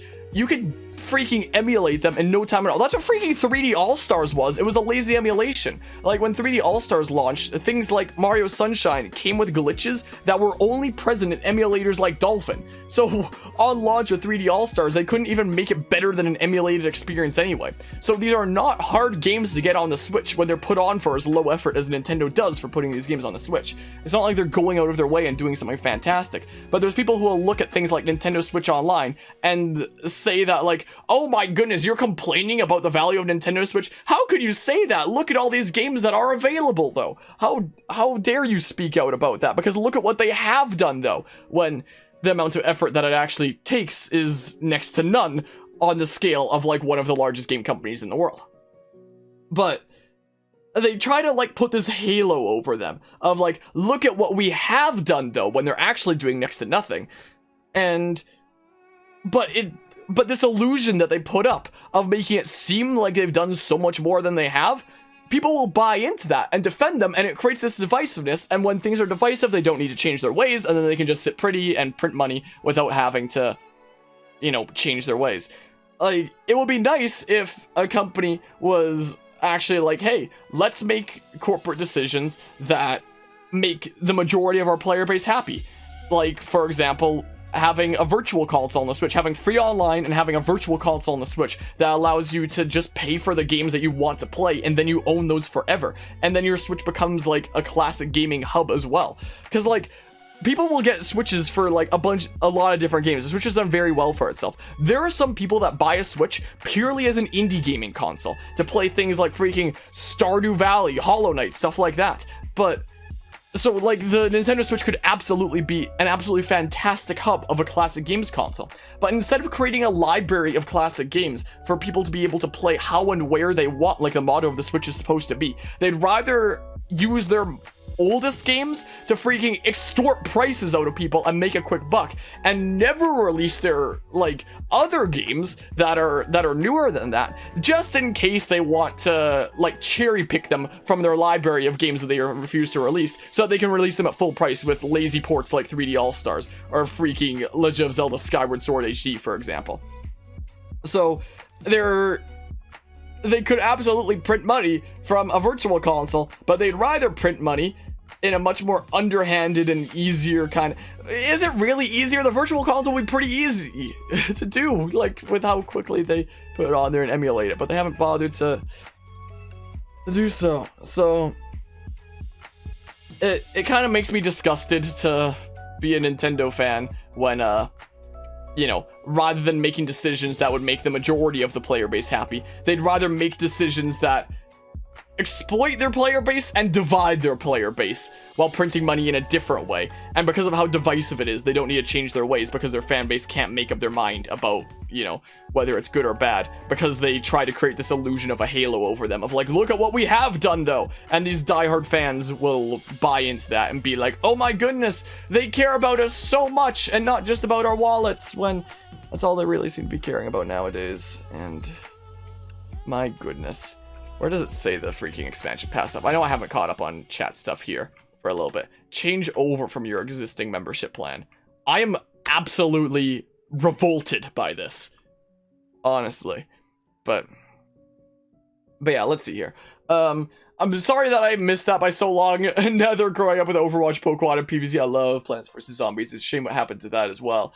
And probably not here right now because of that BRB. If there's no pushback, others will follow. A company wants to maximize profit at all costs, and if people accept it, they will follow the money. Like microtransactions, another example. The excuse has been, oh, it's just cosmetics, and look where we are now. There's time savers in games and loot boxes and other tactics. Yeah, like the freaking situation with Tales of Arise. Like freaking Steam. Steam, I just installed Dark Souls 3 last night because we beat Dark Souls 2 last night. That playthrough's finally done. So I actually installed Dark Souls 3. But where's Tales of Arise? Let's see here. Tales of Arise. Want to see the store page for Tales of Arise? I'm actually really liking Tales of Arise as a game so far. Like, I've been having a lot of fun with this game. But as a service slash a DLC... Look at this. Look at this, the way that stuff like this is monetized. Where can it list? Let's see here. Watch this. Gosh dang it, it doesn't have any lists. Browse. Ah, here it is. Premium. Like, these are in library because I got the Ultimate Edition just to see what it was like, because I always cover, like, the biggest edition of a game when it comes out and say whether it's worth it or not, essentially. And my verdict in Tales of Arise so far is, like, no, it's not worth paying basically 2 of the same game for this stupid day 1 DLC. But if you're wondering why they say in library, that's the reason why. $20 for Premium Costume Pack. $7 for Warring States Outfit Triple Pack male.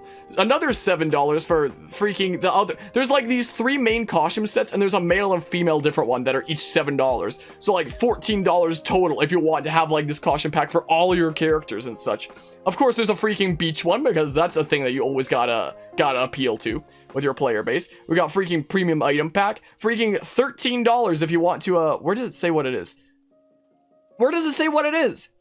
Ah, here it is. You want to pay $14? Guess you get 20% more experience in SP for the end of time. Everything in the store is 10% cheaper, so that just saves you time. There's freaking premium travel pack that comes with a 50% discount at the goldsmith. Every material in forging only costs 1 material instead of multiple. Every material in cooking only costs 1. Everything at the general store is 30% off, so when you combine it with that other thing, it's 40% off. Nearly halving the amount of freaking in-game currency that you need to buy anything. There's these are all the ones that came with like the Ultimate Edition here. But turns out there's a lot of other Day 1 DLCs that don't actually come with the Ultimate Edition after paying $150 for the Ultimate Edition, by the way. Like the starter pack, $7 if you want freaking all your CP arts to be 20% less for the end of time. Some free level ups, some free gold, some free SP, all that fun stuff. Relief support pack if you want to pay $7. It'll increase your consumable capacity to 99 from 15. By default, all of your Healy items, you can only carry 15 of them. But if you pay $7, that becomes 99. It also gives you 1,000 more max HP for everybody, 100% max CP for your party, and a whole bunch of freaking stuff there. Where's the one that doubles your experience? There's a whole bunch of like, pay us money and we'll give you level ups. Pay us money and we'll give you gold. Is it this one? This pack that doesn't come with the Ultimate Edition, $7 literally doubles your freaking progress. Is just straight up what it is. It's like, you know, as a kiddo, I feel like when you're a kiddo, you have lots of time and lots of energy, but no money. When you're an adult, you have lots of money and lots of energy, but no time. And when you're old and retired, you have lots of time and lots of money, but no energy. This is the way that I look at it. But as an adult, with freaking busy things to do, with freaking constant stuff that I'm doing. Like, look at this. Look at my freaking Jenga tower of binders down here. This is what happens when I work from home. Like, I've got a life going on outside of this freaking channel. So there's probably plenty of people out there in like my kind of position where, you know, they just have other things to do, and the game is like, want to spend less time doing the stuff that you don't care about, aka grinding? Pay us $7 and we'll have your time doing the stuff you don't care about to get to the stuff that you care about more. And it's disgusting. Like, or there's freaking this where it's like, pay $45 for the privilege of changing the battle music to 13 themes from other Tales games. $45 for the privilege of changing the battle music from 13 options. So when it comes to companies making this the new standard, again, I'm liking Tales of Arise as a game so far. Like, I've actually been having a lot of fun with it so far as a game. But oh my goodness, if the microtransactions aren't absolutely disgusting. And we see like these practices of like all these companies shoehorning in like all kinds of different ways that they can extort more money out of people, and it's sucks. it's sad times to be a gamer, you know? Is what it feels like. Anyway, I'll catch up on the other things I missed here. But yeah, it sucks that people who purchase the Mario All-Stars have to see Mario 64 and the Nintendo 64 online feature. Yeah, and they probably were planning to add Nintendo 64 to online with this freaking hellish expansion pack here for a while. But they were like, hey, let's put out Mario 3D All-Stars first and make it a limited release. Because as a limited release, they extort things like the fear of missing out with, and you see games constantly do this with like pre-order bonus. Like it's a thing that we're seeing with Brilliant Diamond Shining Pearl. Like, let's see here. Brilliant Diamond Shining Pearl. Where's the actual main page for it? They have literally a chart of pre-order bonuses on this somewhere. Is it just here? Where is it?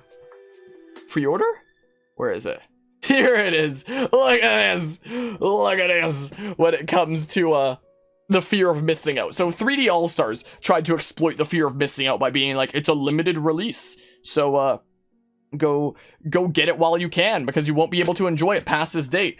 And then they're just like, joke's on you. You will be able to enjoy it past this date. So they literally lied to you to make more money. It sucks. Well, look at the Brilliant Diamond Shining Pearl pre-order chart a little bit there, because it's something that I haven't covered in a video to this point, and I've talked about it in the Discord server before, but I haven't had like a video on it, so maybe it'll just be part of this like podcast discussion that we're having here. Anyway, let's see here. Catching up on stuff that I missed. Companies love fighting to happen because they make free money while everyone fights among themselves. Yep. +5. Guys, you're having a lot of fun right now. What with this crazy discussion here? Oh, or probably like the card thing, Bob. The cards of whatever the heck they're Mortis. Hello, Lancer. Nintendo directly comes to your house and smashes your kneecaps for daring to emulate games that are older than half the people who play them. Yep. Sounds about right. Card RPG is fantastic. Well, maybe we'll play it. Maybe we should play it then. Like, it looks intriguing. It looks kind of cool, honestly. Yeah, let's see here. Game would be so much better if it were developed by literally anyone else. And you could tell the combat wasn't done by Bandai Namco with freaking Tales of Arise. I'm really liking Tales of Arise as a game so far. As a purchase and like the microtransactions, I hate it. I actually really like playing Tales of Arise so far. I'm actually having a lot of fun with it. To be fair, I haven't really played any other Tales games apart from Tales of Vesperia, so that's the only game I have to compare it to. So maybe I've missed some other things.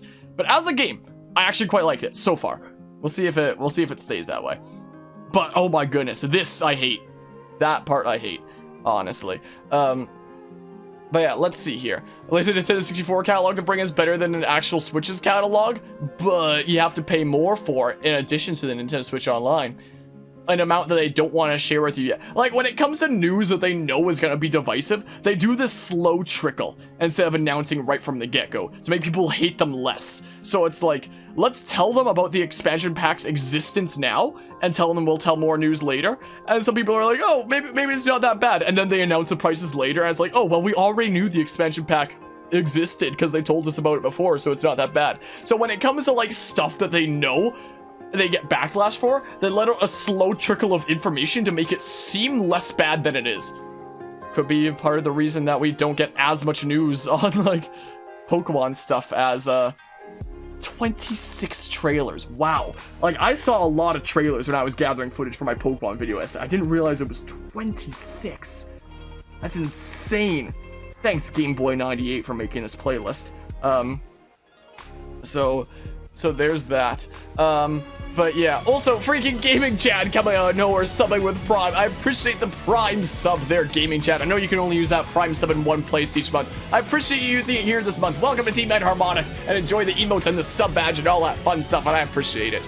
But yeah, anyway, let's see here, the other stuff that I missed. Yeah, I do hope that, like, the Gen 5 remakes of proper justice. This is a Gen 5 hat right here is what this is. This is Ed Harmonia's hat from Pokemon Black and White that I've had for a very long time now, quite frankly. Like, I got a picture from my dad sent to me earlier today that I can send to myself in Discord for a hot second here. Let's see here. And he said that this photo was from 6 years ago. He must have found it literally earlier today or something like that. Where is this thing? Where is this thing? Yeah, freaking this here. This is my freaking private Discord server that I use to test bots and freaking send a bazillion things to myself. Apparently, this is a photo from 6 years ago. Apparently. That was just sent to me earlier today that I guess my dad found on his phone or something like that. I don't know. I was about to say I don't know why I took my headphones off. It was to show the hat. So it looked in much better shape back then than it does now, where it's freaking coming apart and stuff. Like, it's not in exactly the best of states. But I've had this hat a long time. This freaking Enharmonia hat from Pokemon Black and White. So, whoops, what the heck? Hey look, it's my Dark Souls 2 thumbnail project. Why is that up right now? And why is it showing part of my background that's all messed up and it has some memes and stuff? This is the project where I make thumbnails. Why is that up right now? I don't know why that happened. Wow, headphones back on again. So yeah, I hope that when the day comes for Gen 5 remakes that they turn out pretty alrighty, but we shall see. It minimized everything, my chat's gone. There we go. Let's pull up my other things I have. There we go. There we go. Let's see here. Yeah, I just took a picture of the funniest character design you've seen in Voice of Cards, put it in Discord. Oh. Let's see here. What am I missing out on? It looks like Super Hyper made his profile pic the freaking, that from the Deltarune Chapter 2 trailer. By the way, anybody watching this on YouTube after the fact, you should totally join the Discord or come check things out on Twitch, because we stream this stuff over on Twitch rather than YouTube. Maybe I'll become a YouTube streamer one day, but that's it. What? Wait, muscular fisherman. Fellowship comes upon an anchored ship close by. A fisherman of exquisite physique hauls a net out of the water, his muscles rippling. What? But yeah, yeah, it's a thing that people are talking about. Like, I think it's mostly just because a lot of people are, like, really sketched out by what's happening with the Gen 4 remix, and are like, ugh, let's hope that, like, something better happens with Gen 5, is basically what's being talked about there. I don't think anybody's talking about it like it's gonna be happening soon or anything like that by any means. I don't think that there's any of those kinds of discussions. I mean, there are people that freaking... I'll turn up the volume of the music a little bit there. That look at, like, any Nintendo news or Pokemon news and are like, oh my goodness, they're gonna announce Gen 5 remakes right now. They're gonna announce Gen 9. They're gonna announce freaking all this stuff. And I look at those people and I'm like, what the hell? I don't get it. But yeah, that's, oh my goodness. Just when you thought Nintendo couldn't get any shittier. Oh my goodness. Ah! I'm in pain. I'm in pain from this right here. Nintendo Switch Online plus expansion pass. Imagine letting your players actually play how and where they want, like the motto of the Switch is supposed to be, by having something like a virtual console, and allow them to have access to this vast library of classic games that they can play whichever ones they want, from, like, by actually buying the ones that they want, instead of trying to freaking, you know, only release their oldest games through expansion pack paywalls and never release the games that are newer than that, and literally incentivize people. Have you seen the, oh, we need to have a look at that in a second. Nintendo, when it comes to playing classic games, there's a page somewhere when it comes to Nintendo help how to play old games. They literally recommend you to find them at pawn shops, is what they do. Where was the page for it? Like, no, not PC Magazine. Maybe I don't know exactly where it is, but I guess it's replaced with this stuff now. But I remember there was, like, a Nintendo help site at one point that basically asked you, like, oh, what if we want to play something past the NES or SNES? And they literally recommend you to, like, find it on, like, other sites or, like, pawn shops and stuff like that, and pay hundreds of dollars for, like, the games and consoles for the original hardware for these games that they refuse to sell you. And they do this on purpose to make it seem like there's no way that you can play these games otherwise, like, in a legal way, so that it can seem like the only way that you can play these games is through their underhanded tactics like this, or when they bother to freaking make limited release things like Fire Emblem Shadow Dragon on the Switch, or freaking 3D All-Stars, or when they want to make something like freaking Skyward Sword HD on the Switch. They cherry pick these old titles and put it on the Switch, like, now's your big chance to play these games, because the only way that you can do it otherwise legally is by paying hundreds of dollars. They purposefully make the market like this. Is what's going on with that. Like, they purposefully incentivize people to... is my music done? Oh, my music's done. Let's go to another one of Simon Gross's big music compilations. Yeah. Let's listen to this. They purposefully make the market in such a way where it's like, the only way that you can play these games legally otherwise is, freaking pay hundreds and hundreds of dollars for the original hardware and game cards and stuff like that. Because they know that it's unreasonable for consumers to do. They are perfectly aware that that's unreasonable for consumers to do. They purposefully incentivize consumers like, oh, you should go do that, to really disincentivize them from doing it. Like, oh man, I can't pay hundreds of dollars to play that game.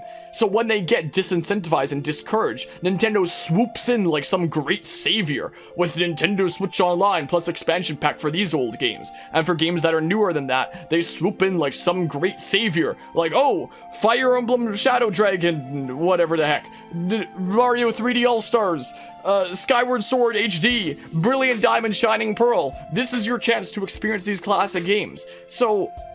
They're essentially creating a drought.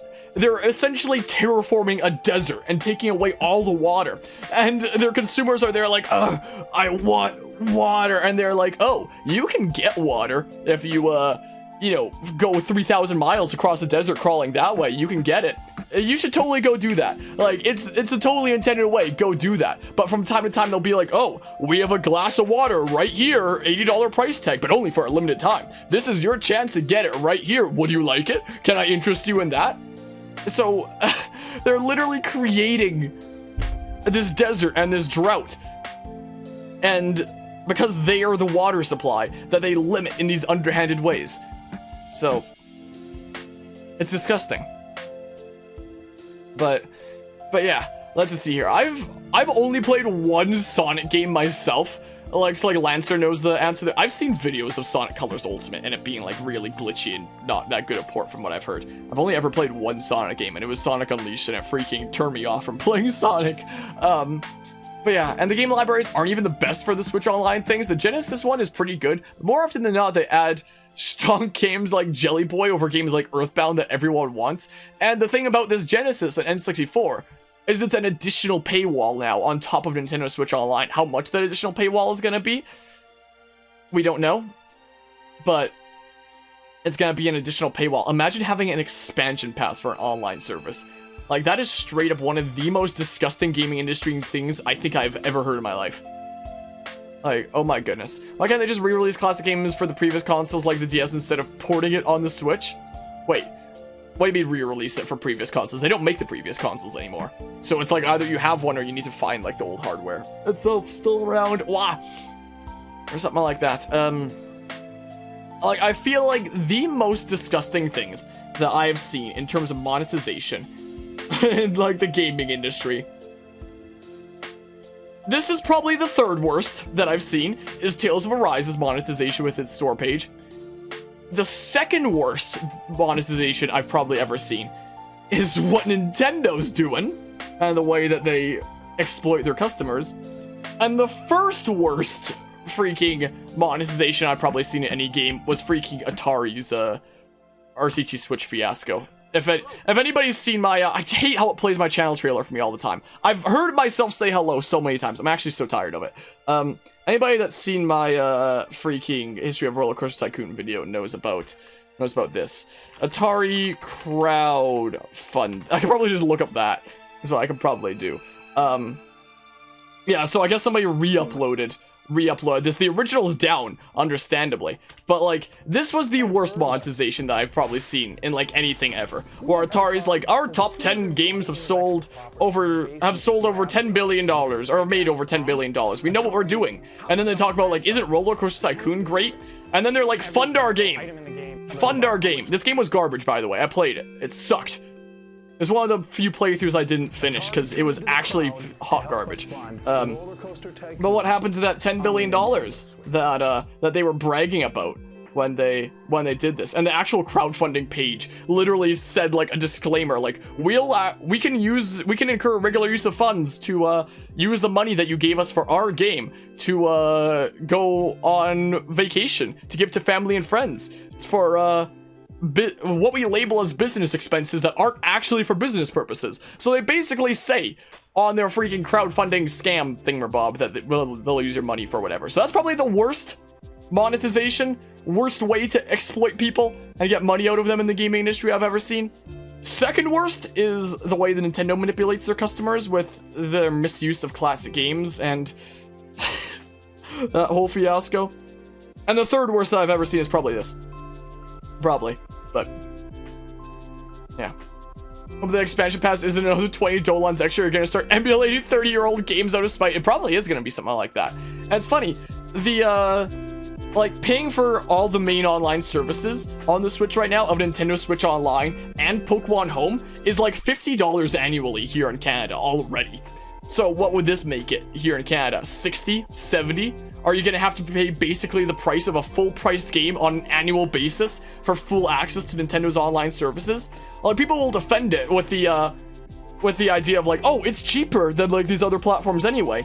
But is it really when you add it together with these little things that they trickle out to make it seem like it's less when it's really more? Like what sounds better? As being charged $20 each year for things, or buying two different services that are $9.99 each. Like, that's basically what they're doing here to make it seem like they're better than they are. Essentially, but...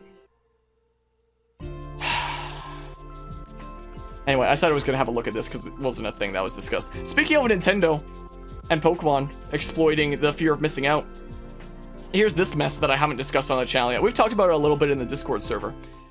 Okay, well, the stream went down, I guess because the Nintendo ninjas are on to me talking mad shit about them, or something like that. I guess we're back now. Oh, goody. Let's put the music back on. This is super chill stuff. I highly recommend Simon Gross's stuff, by the way. That's the music that we had playing the whole time, is Simon Gross's stuff. Real good stuff. I'll put it in the description when we're, when this is uploaded on YouTube later, because it's really chill stuff. Anyway, I don't know where I got cut off there with the stream going down, with the Nintendo ninjas taking down my stream.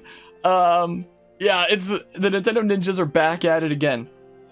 So I don't know where I was cut off, so let's just start from the get-go on what's going on with, like, other Nintendo business decisions when it comes to things like the fear of missing out. So, FOMO, the fear of missing out, is the idea of, like, this is only available for a limited time, so you better get it while you have the chance. So it makes people who are, like, on the fence about buying a game, like, make up their mind, like, okay, I gotta get this, because otherwise I'll never be able to get that otherwise. Like, even, we were talking about Tales of Arise earlier, even this game had a pre-order bonus. There's, like, some cosmetic things that you could only get as a pre-order bonus. So, like, that means that if you didn't pre-order the game, you can never have all the cosmetics in the game. You can never have, like, a true 100% unless you bought it ahead of time. And there's a lot of games out there that are like that. And it seems like Pokemon is starting to do some of that perspective as well. Like, Pokemon has had events before that happened soon after release. So Pokemon has never exactly been angelic in terms of their business decisions ever, especially when you combine it with things like third versions. So it's not like they were ever, you know, the pinnacle of great decisions or anything like that. And like, part of the reason that they're the largest grossing media IP is probably because they know what to do to get people to go out and buy their games like that. But this is beautiful. Isn't it so good? I love his stuff. I'm like, he doesn't know me. Like, there's some content creators out there, there's some remixers out there that they know me and I know them. He doesn't know me, but I'm debating about potentially reaching out to him and asking if he wants to be on Creators Collide at some point, because I love his stuff. It's so good. Anyway, oh, you're calling the card RPG beautiful. I thought you were talking about the music, because I think the music here is beautiful. Also, I apologize for anybody watching this on YouTube after the fact that just cannot see the chat right now. What if I move the chat here and then you can see it? What if I move it here instead? Whoa, why can't I move it down anymore? Okay, there we go. Well, I move it like here. There. This is the chat window that I read off of. There, now you can see it instead of it blending it over there. There you go. Oh, but now I have to read it from there. Made your opinions on this concept clear. If you have a pre-order bonus, you'd add on the pre-order content into the game several months later. Yeah, so that way it's like an actual thank you for getting the game early. Like, hey, thanks for getting it, like, getting the game early and supporting us as a company. We'll let you have this early, but, like, everybody will have access to this later. At some point anyway. You just get access to it a little bit early. So it's not just like, oh, you didn't pre-order the game? Get fucked! Get fucked, man. As the current system of pre-order bonuses for a lot of games are. And, like, Pokemon has done early events before. So it's not like it's anything brand new, but I don't think we've had a pre-order bonus options chart for a Pokemon game before. I think this is a first. Like, can correct me if I'm wrong. Like, maybe some previous games like Sword and Shield had it and I didn't know. Like, maybe. Should I turn up the music a smidge here? Like, who knows? Like, maybe I missed a memo previously, but I'm fairly certain this is the first time we've seen an entire pre-order bonus options chart for a Pokemon game. And, well, it's certainly something. And even though it says pre-order bonus options here, I believe that Manaphy does actually stay available for like a few months after it comes out, which makes sense for how they can make profit, because then, you know, kiddos can spend their Christmas and holiday money on Pokemon Brilliant Diamond Shining Pearl after it comes out, because they gotta do it while Manaphy is still available, or else they've missed their chance forever to get Manaphy, you know, because of the fear of missing out. So there's that.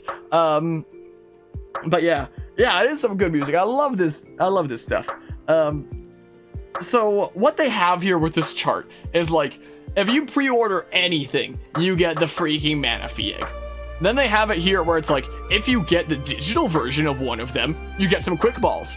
If you got the retail version of either or, you get nothing extra. Get fucked. When it comes to digital, if you buy it's only if you buy, and then here's the double packs. So, like, in the past, you were not supposed to buy both Pokemon games. Like, there were 2 Pokemon games made for the idea of bringing people together and encouraging cooperation to, like, trade for version exclusives and whatnot. Encourage cooperation in that way. And that's part of the reason why Pokemon became one of the world's largest grossing media IP at all, is because it did such a good job of bringing people together in that sense. Even games like Pokemon Go have done, like, incredible strides in that kind of way. With people like, there were people at my mom's work where she'll go to, like, a raid of Pokemon Go, and she'll meet people from other buildings that have also come to raids. Like, Pokemon has always been famous for bringing people together. But in the past, when it comes to, like, the 2 versions were made to encourage trading and bring people together. Like, you weren't intended to buy both versions back when it first came out.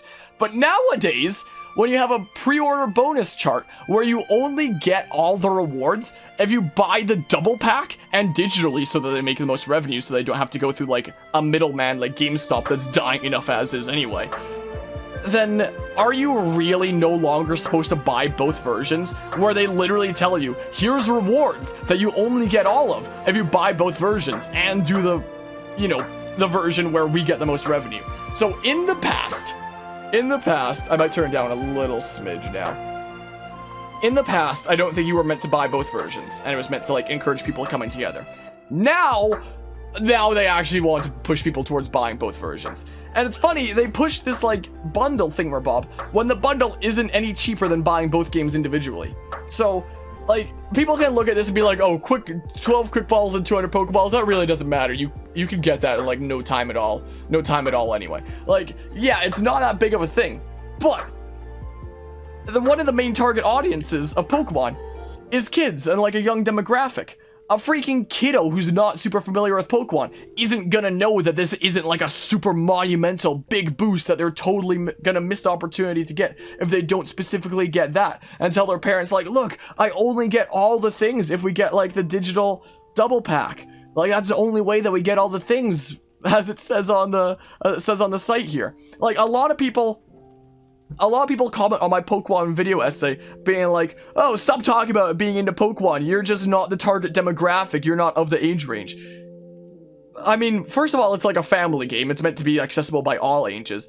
But yeah, the target demographic is probably very likely like a young demographic and kiddos as like the primary audience. But doesn't that mean that we should be more adamant about exploitatory, is that what the word? Stuff like this for kiddos that don't know that this isn't a lot of stuff and it seems like a big boost, and their parents who don't know that either, when their kids freaking ask them like, oh, it's only if I buy the digital double pack that I get, like, the whole thing. I only get the complete experience by getting the digital double pack, because they don't know. So shouldn't we as consumers be more adamant about manipulating business decisions for those that are targeted young demographics that don't know any better? But anyway, that's my take on that, essentially. But yeah, you have the double pack of Omega Ruby Alpha Sapphire. The double packs that I have are, Ultra Sun, Ultra Moon, which I regretted because, like, in terms of Pokemon and third versions, I played Diamond, Pearl, Platinum when I was like a young kiddo, and I was just like, hey, more gameplay, it's great, and stuff like that, without even realizing that it was basically playing the exact same thing over again. Then Black and White had sequels with Black 2, White 2 instead, so there wasn't a third version there. X and Y, there was no Z version, and it just moved straight on to Gen 7. So it was like way later with Generation 7 and Ultra Sun and Moon that there was like the last big third version since Platinum. So I bought the freaking double pack of Ultra Sun, Ultra Moon, expecting it to be like super different and stuff. And I realized after I bought it how big of an idiot I was, because I played them and I was like, this is the exact same game I played already, basically. Because it had been so long since the last third version of Platinum and I'd forgotten, I guess, or something like that. So I got that double pack. And I got freaking Sword and Shield to cover them both on the channel and like cover the differences and stuff like that. And was it worth it? Nah. Nah, because again, when we cover stuff on this channel, I'll cover like the biggest edition of a thing that comes out. Like I got the ultimate edition of Tales of Arise, so I can tell you from the perspective of managing a channel and covering things for review purposes, is this worth it? And the ultimate edition of Tales of Arise, I would say no, it's not. The double pack of Ultra Sun and Ultra Moon, or the double pack of Sword and Shield, is it worth it? No, it's not. But like review purposes is what is my excuse essentially for for doing this and stuff. And I feel like there's a lot of people that are gonna comment on freaking Brilliant Diamond Shine Pearl like, oh, how can you criticize this but still cover it anyway? It's like, dude, I'm covering it on the channel for review purposes. That's a more than legitimate reason to cover a thing. Are you gonna freaking comment the same thing on like any major reviewer that's reviewing a game like, oh my goodness, you had something negative to say about this game? Why are you doing a review of it then? It's like to freaking express my thoughts about it, whether it's positive or negative. That's what a freaking review is, you fool. Anyway, sorry. Anyway, but yeah, relatively new to Pokemon. Your first game was X and Y. I still fully agree with you. Pokemon is like, it's so good, but it's so, you know, I started Pokemon, my first Pokemon game was Pokemon Mystery Dungeon Blue Rescue Team, which I think was like one of the earliest playthroughs we did on the channel. I need to like redo that. No, I don't need to redo that playthrough. I need to redo my playthrough of PMD2 at some point. I don't need to redo my playthrough of Blue Rescue Team because we had like Rescue Team DX at somewhere. I don't know. Sometimes it's hard to scroll through because I know it's in, oh, there it is. So there's like the remake of my first Pokemon game anyway. That's a good game. I'd recommend that on the Switch. I actually really enjoyed Rescue Team DX. It wasn't perfect. There were some mechanics I really didn't like about it, but for the most part, I really liked this game and I would highly recommend. But but freaking this right here, this is my first Pokemon game I ever played. The original Rescue Team here. And this was the early days of my my channel. This was July 2018 that I did this. I started like the beginning of 2018. Look at how bad the quality of my freaking channel was back then. Gross. Grody. I'm the only one who's dropped a like on my own videos. Such sad times. Big sad. I'm one of those creators that likes my own videos. Sue me. But this was my first Pokemon game. This is my introduction to Pokemon. And then I played Diamond version after that. And then I was pulled into the world of Pokemon. And then like a little bit after that, I played Pokemon Mystery Dungeon 2, which I need to redo. Here it is. I need to redo my playthrough of this game at some point because it's a really old playthrough and I could do the quality better. And I never did the post game in this playthrough, so I'd want to redo this playthrough at some point and do the post game and stuff. So I'll do a new playthrough of this game at some point. But then I played this game, and this was the game that freaking changed my life. Is what it felt like. Like, oh my goodness, Explorers of Sky is a masterpiece.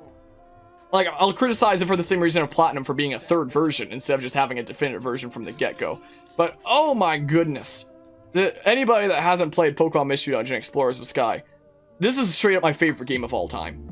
Like, I've played games that I think have better stories than this, like Xenoblade Chronicles, for example, that have higher quality stories, but this is probably my favorite video game story, just for, like, the emotional impact it had on me. Even though I can play other games that I can be like, okay, that's probably a higher quality story, like Xenoblade Chronicles, for example, but this had, like, the most emotional impact on me storytelling-wise, so, I would very highly recommend Explorers of Sky to anybody that hasn't played it, and I really hope that there's an Explorers DX at some point. Where's my freaking chat?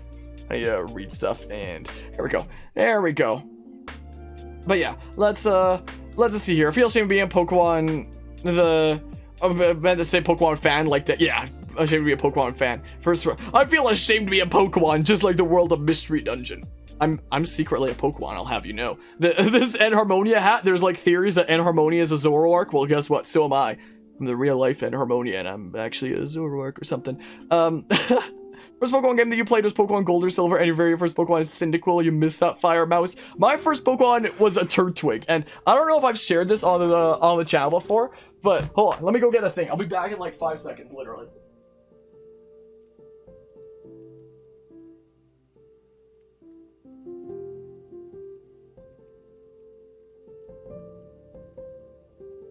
Okay, so my first main series Pokemon game was Diamond and Pearl. So my first Pokemon that I had in a main series Pokemon game was Turtwig. Like, that was my starter Pokemon that I chose.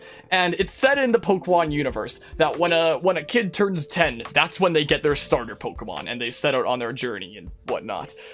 Well, on my 10th birthday, you know what I got for my 10th birthday? This Turtwig right here. That is so falling apart. Like, look at these leaves up here and stuff. They're completely coming apart at the seams. It's all messed up and such. There used to be like a device in here where it's like you'd squeeze the leg and it would say Turtwig. It doesn't work anymore. How long have I had this now then? I'm 22 now, so 12 years. I'm currently 22 and a half, I guess, so about 12 and a half years. Because I remember I got my first Pokemon on, it's covered in dog hair and stuff as well, plus my own hair. That's what happens when you have a dog that sheds and a human who sheds, I guess. But so that was something that was really impactful to me. So that was my first Pokemon. That was my starter Pokemon that I quite literally got when I was 10 years old to like set out on my Pokemon journey. So there's that, and I've kept this to this day. I have some other Turtwig plushes. Like, there's that big one that's back there. I have a little one somewhere, but this is my medium-sized one, and this is the Turtwig that I adored as a kiddo, and still has a special place in my heart. So Turtwig as a Pokemon, and this Turtwig right here do definitely have a bit of a special place in my heart. But yeah, let's see here. Since you're done with Platinum, how about you can play Heart Gold, Steel, Silver just like you did with Platinum? We'll do it at some point. I can promise that. I don't know when, but we'll do it at some point. I can talk about what the future of Pokemon looks like here in a second. DS games are Pokemon at its best. I can agree. I can agree with that. People forget you could criticize something and still love it. People have this thing where you criticize something and just hate it, which is so wrong. Yeah, absolutely. Like, the reason I criticize Pokemon the way that I do is because of how important this series is to me. Like with me just mentioning, like, my freaking 10-year-old starter Pokemon Turtwig here that has had a special place in my heart for the past 12 and a half years now that I've had this. Like, I used to cuddle with this thing as a kiddo. I don't anymore, but it does still like stick on the side of my bed there amidst like a bunch of pillows and stuff. So it's always close. Like, Pokemon is very important to me.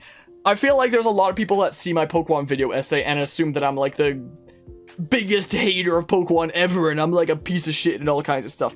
I recently, just a few days ago, had a comment from somebody telling me like, wow, I can like tell from your voice how big of a super fan you are and like how passionate you are about this series. So I thought it was cool reading that comment and, you know, having somebody be able to see that like criticism for something like that with like my tone of voice and what I was expressing there wasn't me hating on it because it's awful. It's me hating on it because I love it and it has an important place in my heart, and I wanted to see it be the best it can be, you know? And it hurts me deeply to see it in the way that it is. So there's that, I guess. But yeah. Explorers is the shit, absolutely love it. At first I read that as Explorers is shit, absolutely love it. Explorers is so good. First Pokemon was Chimchar, and Infernape to this day is your favorite mod. So that's definitely fitting there. Like, Turtwig isn't my favorite Pokemon, it's Mew for me, but Turtwig might be my favorite starter. Like, Turtwig is a very important Pokemon to me. Can't wait to see Cyndaquil again. Legends Arceus, same with Rowlet, your first Pokemon in Alola. Rowlet's so good. I love my Raoul in Sword and Shield and such that I got in the Generation 7 games. My shiny Rowlet that I hatched from an egg that was named Raoul, which is now my Black Decidueye. Black is such a cool color. Like, it's gotta be like one of the coolest colors there is. Especially, like, when it comes to coloration on things, black and white are both really cool colors. And when you combine them, those are like the coolest looking things. But Black Decidueye is really freaking cool looking. Anyway, when it comes to Pokemon on this channel, and yeah, Pearl, like Brilliant Diamond Shine Pearl or Legends Arceus can get better. Like, they're not out yet, so we don't know how good the games themselves are actually going to be from, like, the perspective of, like, you know, how good of a game it is. But what we do know is it's not really advancing the series forward, instead going back to the past. Like, with the previous remakes that we've had, it's like, it was a remake, sure, but it was still advancing the series forward, like, taking steps forward. So, like, I don't think that Brilliant Diamond and Shining Pearl are gonna be bad games. Like, I don't at all think that. Do I think that they're a bit exploitative? Heck yeah, I think that they are. But I don't think they're gonna be bad games, per se. I just think that, you know, we've seen with previous remakes, them constantly taking steps forward to advance the series to greater heights. But this is like the first remake in the Pokemon series that we instead see taking steps back rather than advancing the series to new places, you know? I might move the chat back to its normal place if we're not on that super light background and such. The music at the end of the demo is beautiful. You're making me really want to play this demo for this card game. And it makes me really want to play it, but we have a bunch of things going on in October. But yeah, when it comes to Legends Arceus, my biggest concern right now is the graphics, is what's going on, and like how it holds up in frame rate and stuff. It seems like with the most recent trailer of Legends Arceus, like the frame rate has been fixed a decent bit. Legends Arceus trailer, like let's find trailer 2 here, is what we can do. Like, it seems like a lot of the frame rate has been fixed. This is a tale from a Well, it's a tale from that. My biggest concern about it right now is just that things don't match up. And I recently talked with Guzma about it, which, for those who don't know Guzma, he's a mod around here, and he does some freaking Pokemon mashups and like shit posts and stuff like that. This dude right here. I was recently talking with him about it, and he was telling me, and I looked into it myself. Apparently, the company that actually made the models for, like, Pokemon for a very long time, Creatures Inc., was, like, booted off around, like, 2019-ish. So, like, they were making, like, the Pokemon sprites and models for Game Freak and the Pokemon Company for a very long time. Like, they were a very big part of Pokemon. But apparently, after, like, 2019 and, like, the Sword and Shield fiasco, apparently there was, like, some drama with them, and they wound up being booted off. This is trailer 1. This isn't trailer 2. I can tell because Bidooff's eyes don't exist. Let's see here. The graphics look a little bit better in trailer 2, and I'm pretty sure Bidooff's eyes actually exist in this one. I'm fairly certain. Wait. This is... Look, Bidooff's eyes exist in trailer 2, but not trailer 1. It feels weird to freaking release a trailer of a game where eyes don't exist, but the Pokemon can get away with it, apparently. But apparently in 2019, there was like some drama with Creatures Inc. that had been doing their models for like a very long time. And when it came to like, ever since they went into 3D space, like when it came to the 2D games, there were like different sprites in like each of the 2D games. They'd be changed around slightly, so like each of the 2D games had like different looking sprites. There was even black and white with the moving sprites, which was, in my opinion, the most charming Pokemon's ever been, but that's my opinion. I love clean pixelated things. That's why I love games like Octopath Traveler. But ever since they moved into the 3D space with X and Y, they've really been using like the same models throughout the whole time. Like freaking same models used in X and Y are the stuff that's used all the way to today. Like there might be like some minor differences. Like there's some different graphical things like cell shading and stuff like that, but still the same models. But they had a company at their disposal that could do new models for them. Like with X and Y, it was the beginning of them doing 3D. So, you know, they were still getting their bearings and, you know, figuring things out. So, you know, I kind of had fingers crossed in X and Y that, like, hey, maybe the 3D models will get better as it goes on, and they'll, like, perfect their craft and stuff like that.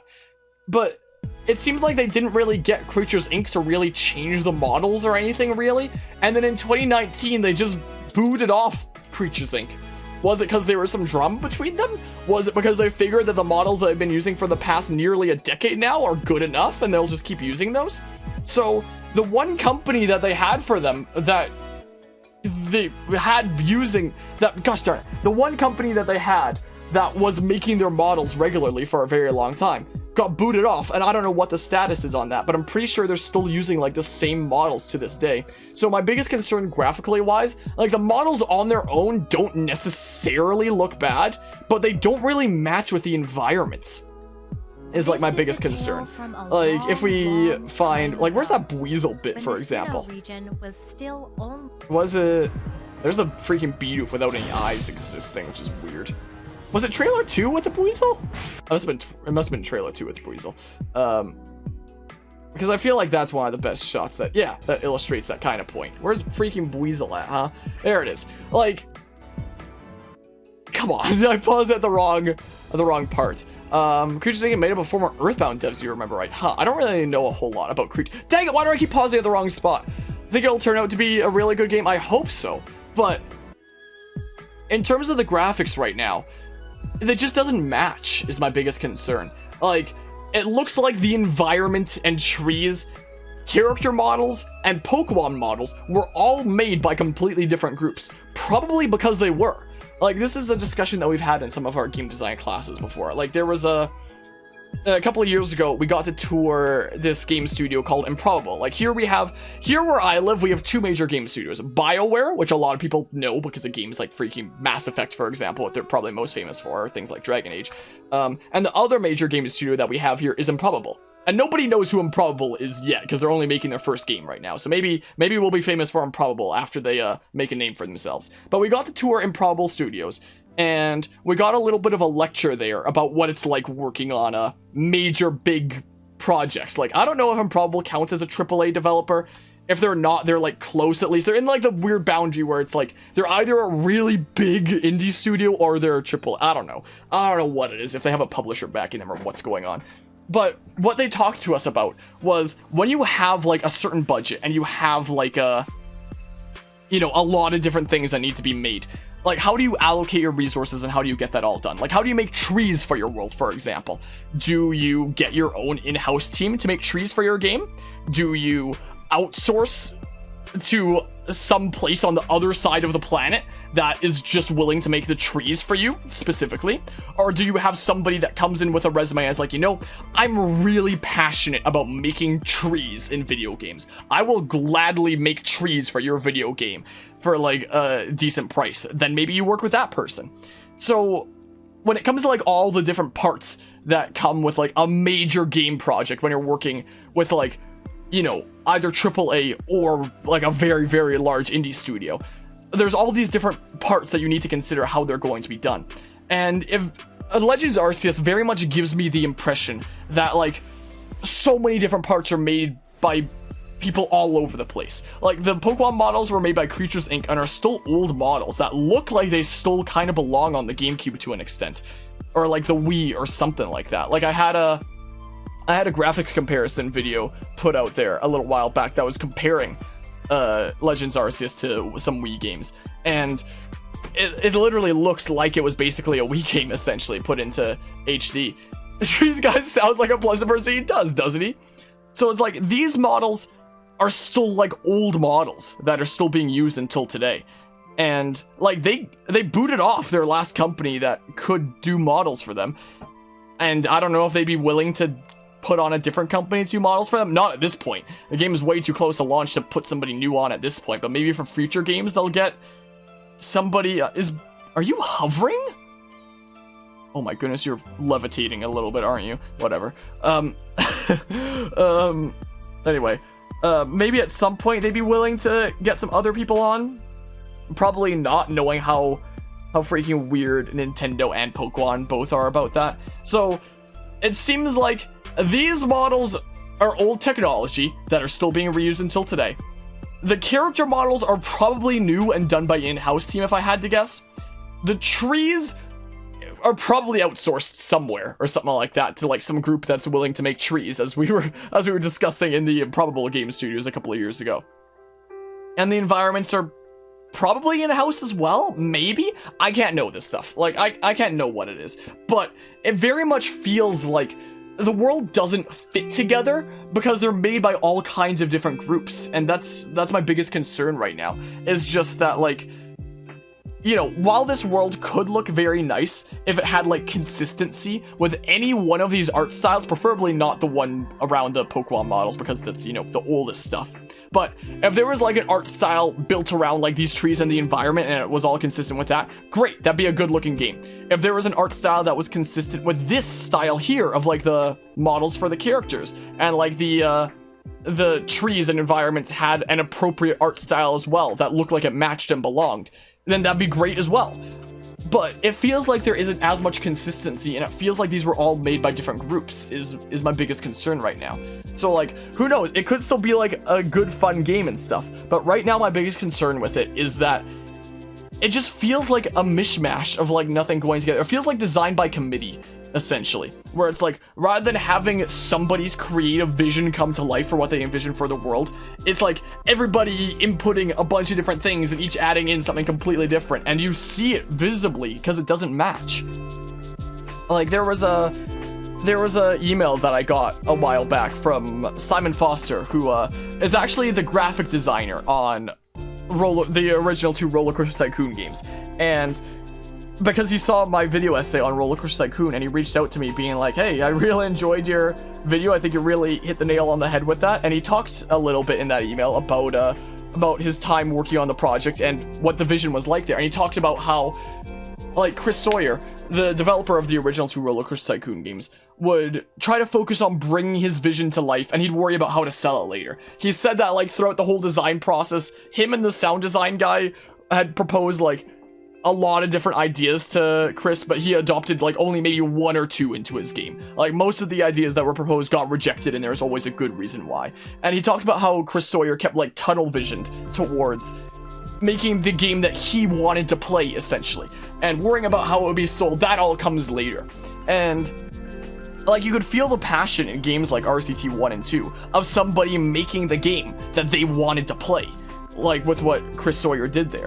Whereas nowadays, it feels like rather than, you know, somebody bringing their creative vision to life in the game that they want to play, it's just like, what ways can we market this? What ways can we monetize this? What specific things are going to make the consumer happy, even if there are things that don't mix well together? Like, I feel like Watch Dogs Legion was a good example of that, where there was a bazillion different things the game tried to do, but it never had focus on one specific thing, and just felt like a weird mess in that kind of sense. I don't know.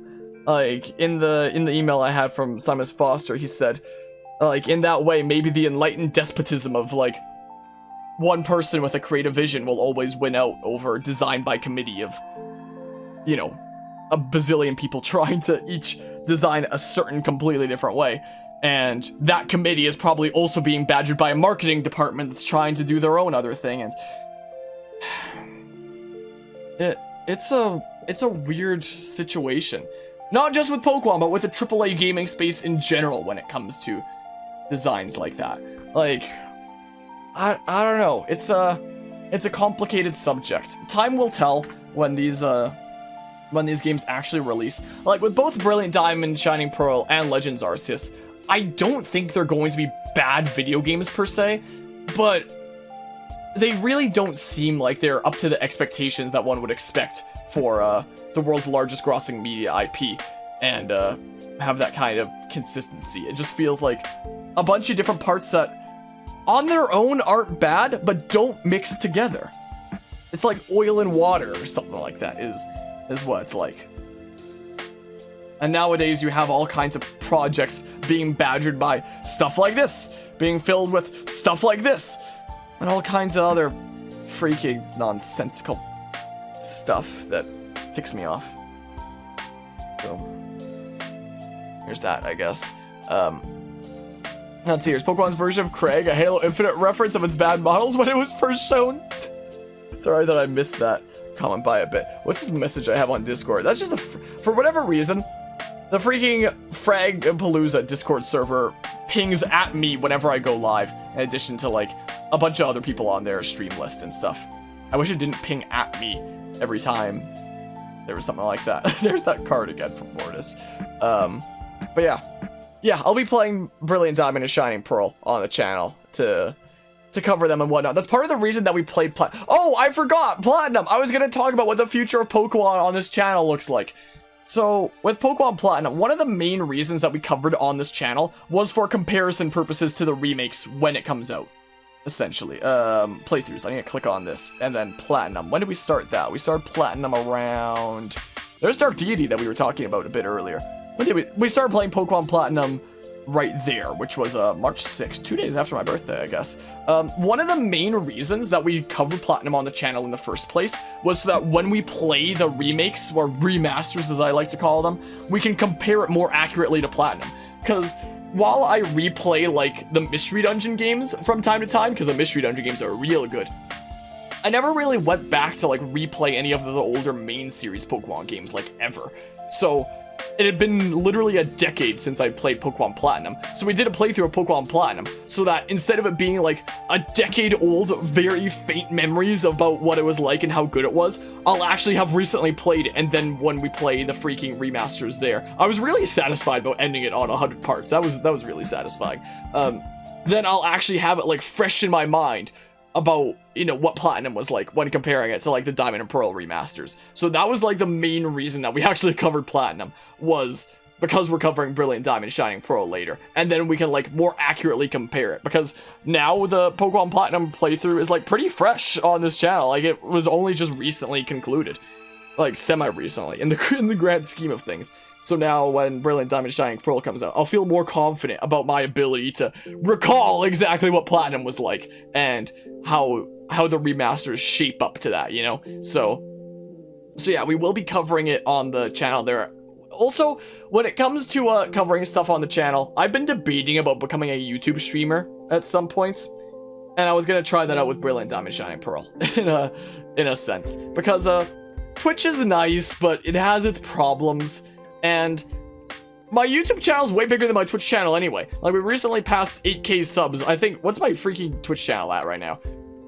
In terms of followers, which are the equivalent there. 1.4 or something? Look at this inception. Where is it? 1.4, there it is. So, like, my YouTube channel is technically way bigger than my Twitch channel anyway. And YouTube has, like, algorithms that help you get discovered, unlike Twitch. Like, Twitch has this recommended feed, but it sucks. So I've been debating about trying out being a YouTube streamer from time to time, and I want to try that out with Brilliant Diamond Shining Pearl. So we've had a few games to try it out this year. We started out this year with new Pokemon Snap. Where's new Pokemon Snap? I'm just gonna Control F it. New, gosh darn it, Snap. There it is, new Pokemon Snap. So, like, we did this as a YouTube live stream series to try it out when this came out. There was a recent kind of thing that I did, semi-recent, because a new update came out. So it was like the chat replay and stuff like that YouTube has. And then I don't have to worry about having chat on the screen, because you can see the chat replay right here. Is a nice thing. If I streamed on YouTube, it would fix the issue of me uploading too much, because I upload way too many videos from Twitch. So instead of having like a bazillion 20 to 30 minute videos, it'd just be from time to time, here's a few hour stream. So it'd fix my upload problem if I did that as well. So I tried out with new Pokemon Snap. Then I tried out with Skyward Sword HD, because we already covered like regular Skyward Sword. Where is it? There it is. We did Skyward Sword HD as a YouTube stream thing as well, because I already did regular Skyward Sword on Twitch. And the third experiment this year is planned to be Brilliant Diamond Shining Pearl. So, like I mentioned earlier this stream, I always get like the biggest edition of a game when it comes out, so I can talk about when covering it, is it worth it to get the biggest edition of this game? In the case of Tales of Arise, I would say no. But for that same reason, I was planning on getting like this freaking stupid Brilliant Diamond Shining Pearl double pack. Physically, not digitally, even though they want you to do it digitally there. I was planning on getting them both. And what I was thinking about doing was doing a playthrough of one on Twitch and one on YouTube. So I'd either do like, maybe do like Brilliant Diamond on Twitch and Shining Pearl on YouTube or something like that. And have these playthroughs actually be completely separate like that. So I have a streamed series on Twitch and a streamed series on YouTube, and I essentially see how I feel about each of them. And then maybe that'll help me, maybe that'll help sway the decision of, do I want to be a YouTube streamer or do I want to be a Twitch streamer? By doing two virtually identical playthroughs on the two different platforms and seeing like which one I have more fun with, which one brings in more people, which one is a more enjoyable and chill time, you know? So that's going to be my little thought experiment later this year. But with how many games are coming out later this year, I might have to not do that plan and just do one playthrough of one game on one platform instead of both on both platforms. We'll see. My plan is to do a playthrough of each on each platform and see how they go. But, you know, if my schedule gets too busy, I might have to cut that down to one, because life is kind of crazy sometimes. But that is the plan, essentially. So, only relation with you being a YouTube streamer is that all your streamer friends are Twitch guys who can't have the radio. Yeah, I don't know. We're doing like we're doing right now like 80% Twitch, more like 90% Twitch, and 10% YouTube with some of these little experiments of YouTube streaming from time to time. Maybe we'll keep it like that for a little while. At least by doing YouTube streams here and there, I'm not having all my eggs in one basket. Like, Twitch could die one day. People find that hard to believe, like, because how big Twitch is right now. But platforms like Vine die out of nowhere. Like, it can absolutely happen, especially considering, like, YouTube has a good chance of overtaking it, considering. I've had this discussion before where it's like, anybody that wants to watch game live streams can go to Twitch, they can go to Facebook Live, they can go to YouTube, they can go to other platforms. Like, everybody has a different platform they go for live streams. But where does everybody go for videos? YouTube. Everybody goes to YouTube for videos. So, YouTube could absolutely overtake platforms like Twitch if they really brought it out and made their live streaming service much better. Because everybody on Twitch is on YouTube as well anyway. But not everybody on YouTube is also on Twitch, you know? So, Twitch could absolutely die one day. So I'm not putting all my eggs in one basket, so I have options in case I need to jump ship from Twitch one day. I'm sure it'll happen eventually. I don't know when it's gonna be. And more is gifting out a sub here. You've gifted out 16 subs in the channel total now. What the hell? But gifting out a sub to Mika Blaze there. I appreciate the gifted sub more. It's a crazy mad lad. Mika Blaze, welcome back to Team Enharmonic. Hope you enjoy the emotes and the sub badge and all the stuff. Anyway, that's that. But for a little bit of an idea of what Pokemon on this channel looks like for the foreseeable future. Where's Pokemon? There's Pokemon Platinum again. If I just find the description of one of these videos and find my, I think the only place that you can find my entire Pokemon series playlist is, in the description of Pokemon Platinum. Like, I don't have it as a playlist featured on the channel yet. I might later. It just has all the Pokemon games we've played so far. So, when it comes to Pokemon on this channel, what the future of that looks like. We did like a one sitting of Pokemon Red and then like gave up because the stuff wasn't working and I got bored as heck and I had an awful camera setup and everything was awful back then, so I didn't really count. We did a playthrough of Let's Go when it came out, and then we did like our playthrough of Sword and Shield. That was like a weird mix thing that I did of the two of them, essentially. How many parts did that go up to? 119, jeez. So there was a lot of that. And then there was Pokemon Platinum. That was 100 parts exactly, which is such a satisfying number. Like, it's so satisfying, finale part 100. Feels so good. But next up is going to be Pokemon Brilliant Diamond Shining Pearl. And then after that, we'll do Legends Arceus. After that, there have been, Shuck and me have been talking about doing a Pokemon Sun and Moon Soul Link for a little while. We might do it, but like, it'd have to be sometime after Legends Arceus, because I'm going to be busy with Brilliant Diamond Shining Pearl, like, in the near future here. And then Legends Arceus again, keep me occupied after that. And then maybe we'll do a Sun and Moon Soul Link with a Shuck, because we've been talking about it for a while. I even have a layout made for it already. Like, where is it? This. Look how cool that is. So it's like you see like one perspective, top screen and bottom screen on this side and the other on the other thing. I like this layout. It's cool. But, so I might do that at some point. And I've talked with Guzma a little bit about potentially doing like an Ultra Sun, Ultra Moon Soul Link with him afterwards if we ever did the Sun and Moon Soul Link with Shuck. Because he's freaking your boy Guzma. So it'd be fitting to do a Gen 7 game with him, you know? And that'd be hella fun. He even has like a Guzma cosplay. So we've talked about potentially, if we ever did that, like do a Ultra Sun, Ultra Moon Soul Link, where like he's freaking in a Guzma cosplay and I'm in like my Enharmonia cosplay, even though it's not from Gen 7. Maybe I could make a new Gen 7 cosplay and do that with him. Maybe that'd be fun or something like that. So there's that. We were actually planning on doing this Soul Link earlier this year, as a matter of fact, but a wrench was thrown into the works because of a different collaborative project that we were doing. Oh my goodness, I have so much stuff going on this channel.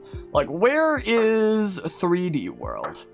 Here it is. So, we started this out as a 3-player playthrough with Shuck and Anima, is what we did.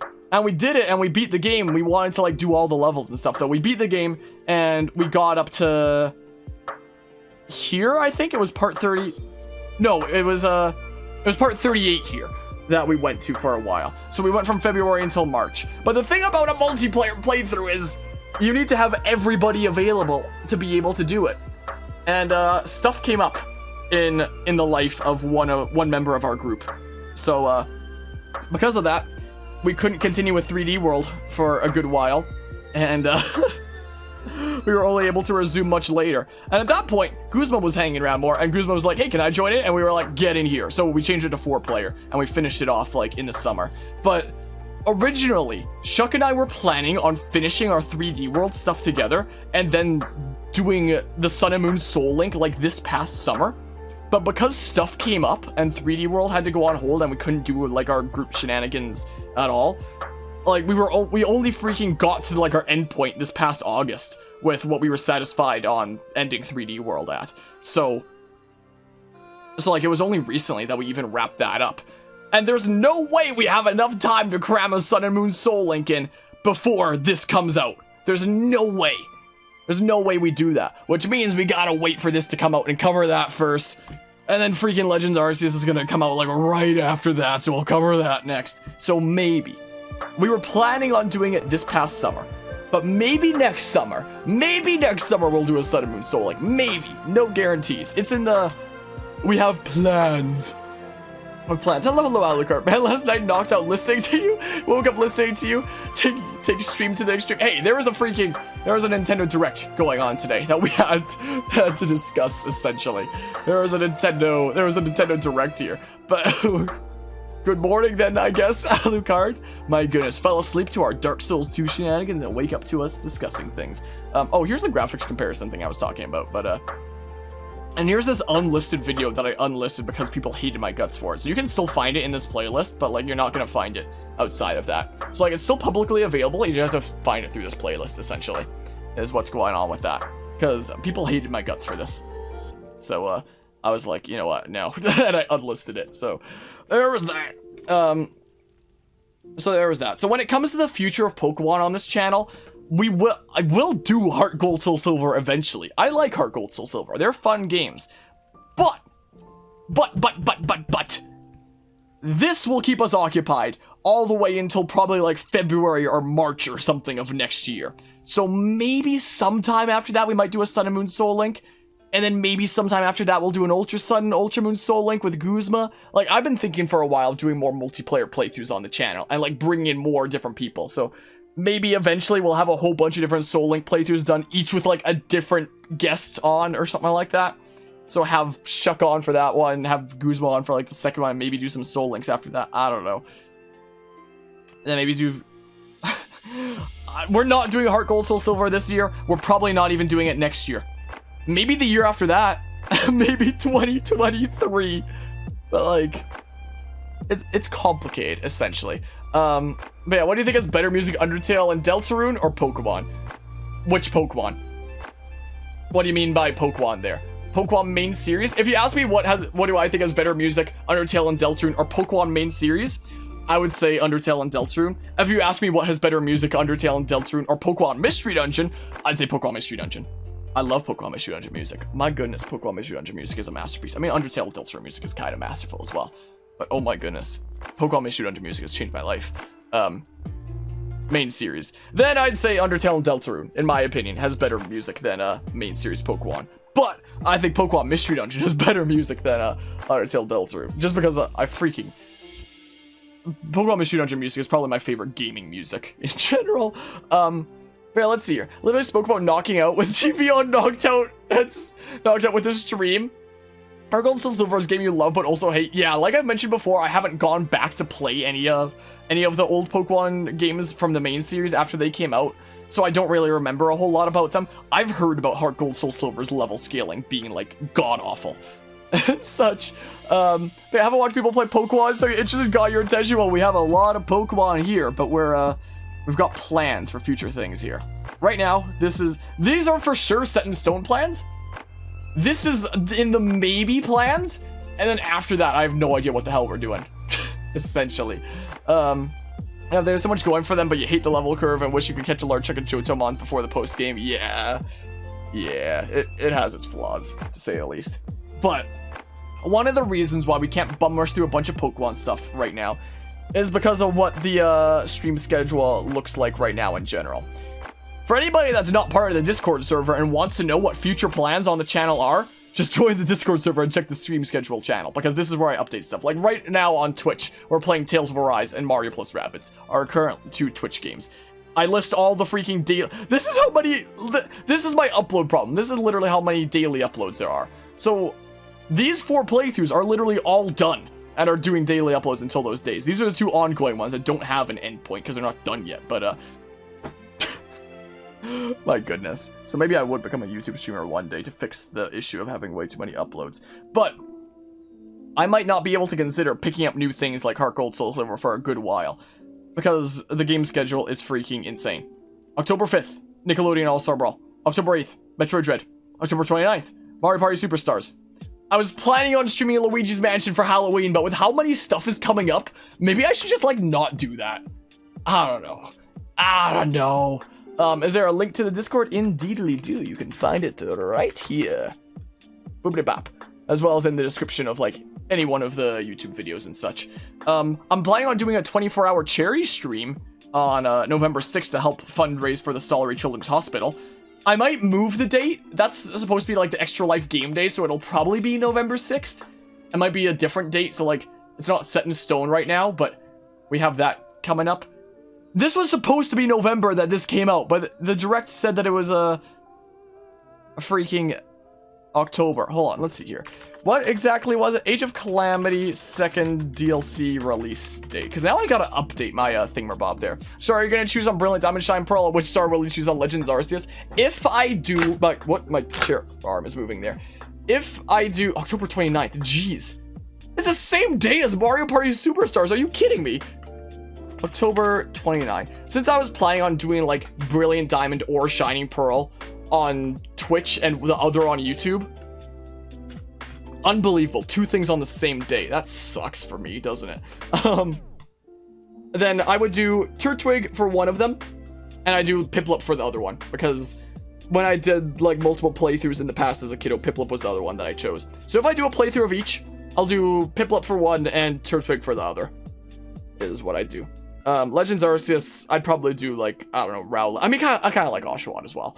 But, let's see here. There was that Kirby game.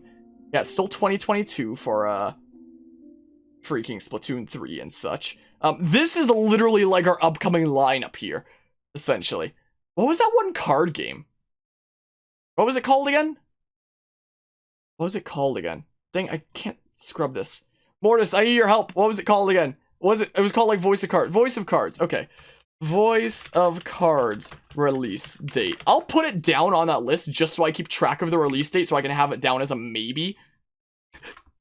October is looking so crazy. I'm actually intrigued by Voice of Cards.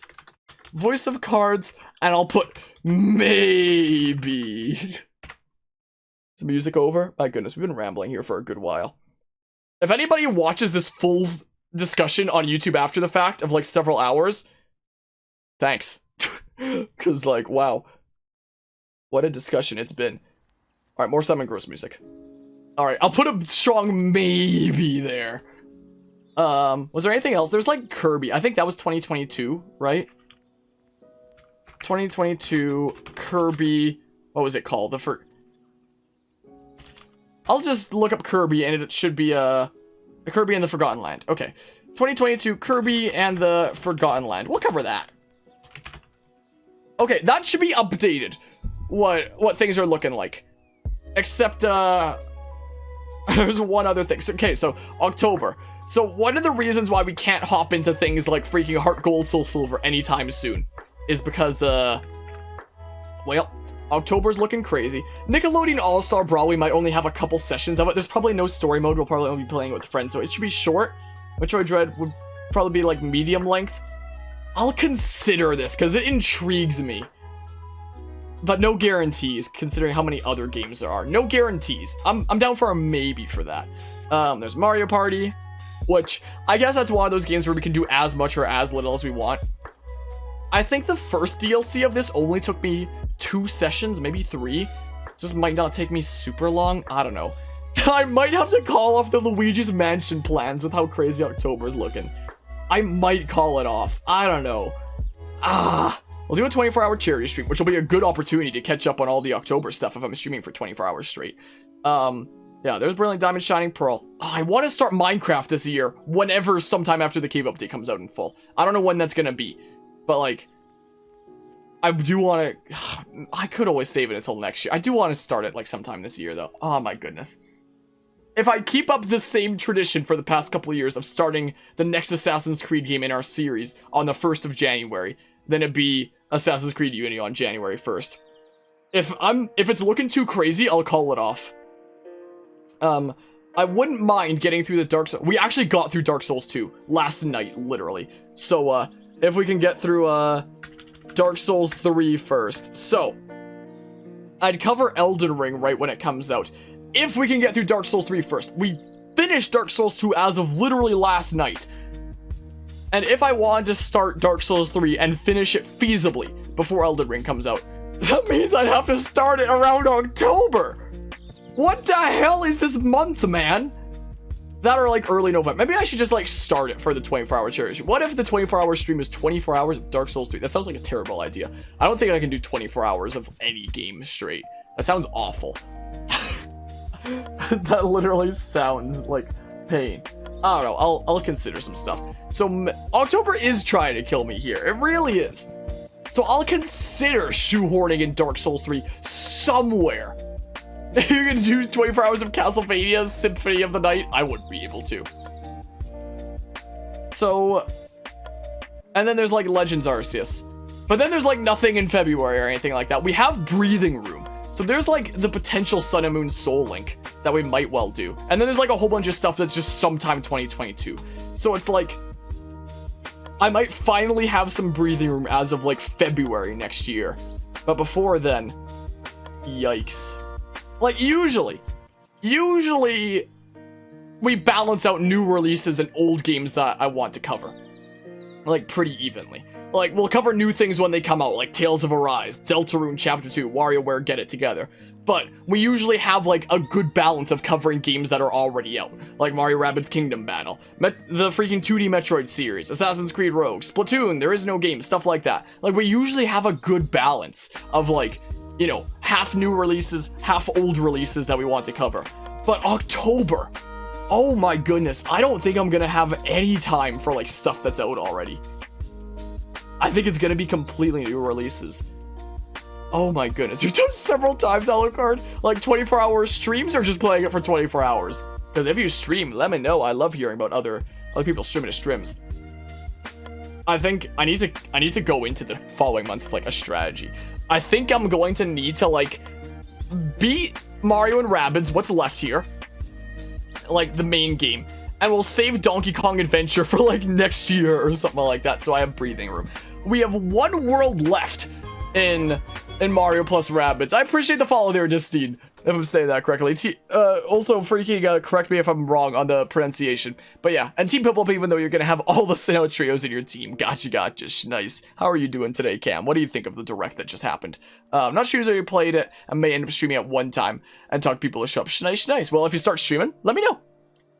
I love tuning into fellow streamer friendos streaming to streams and stuff like that. Let me know. If you haven't watched it, well,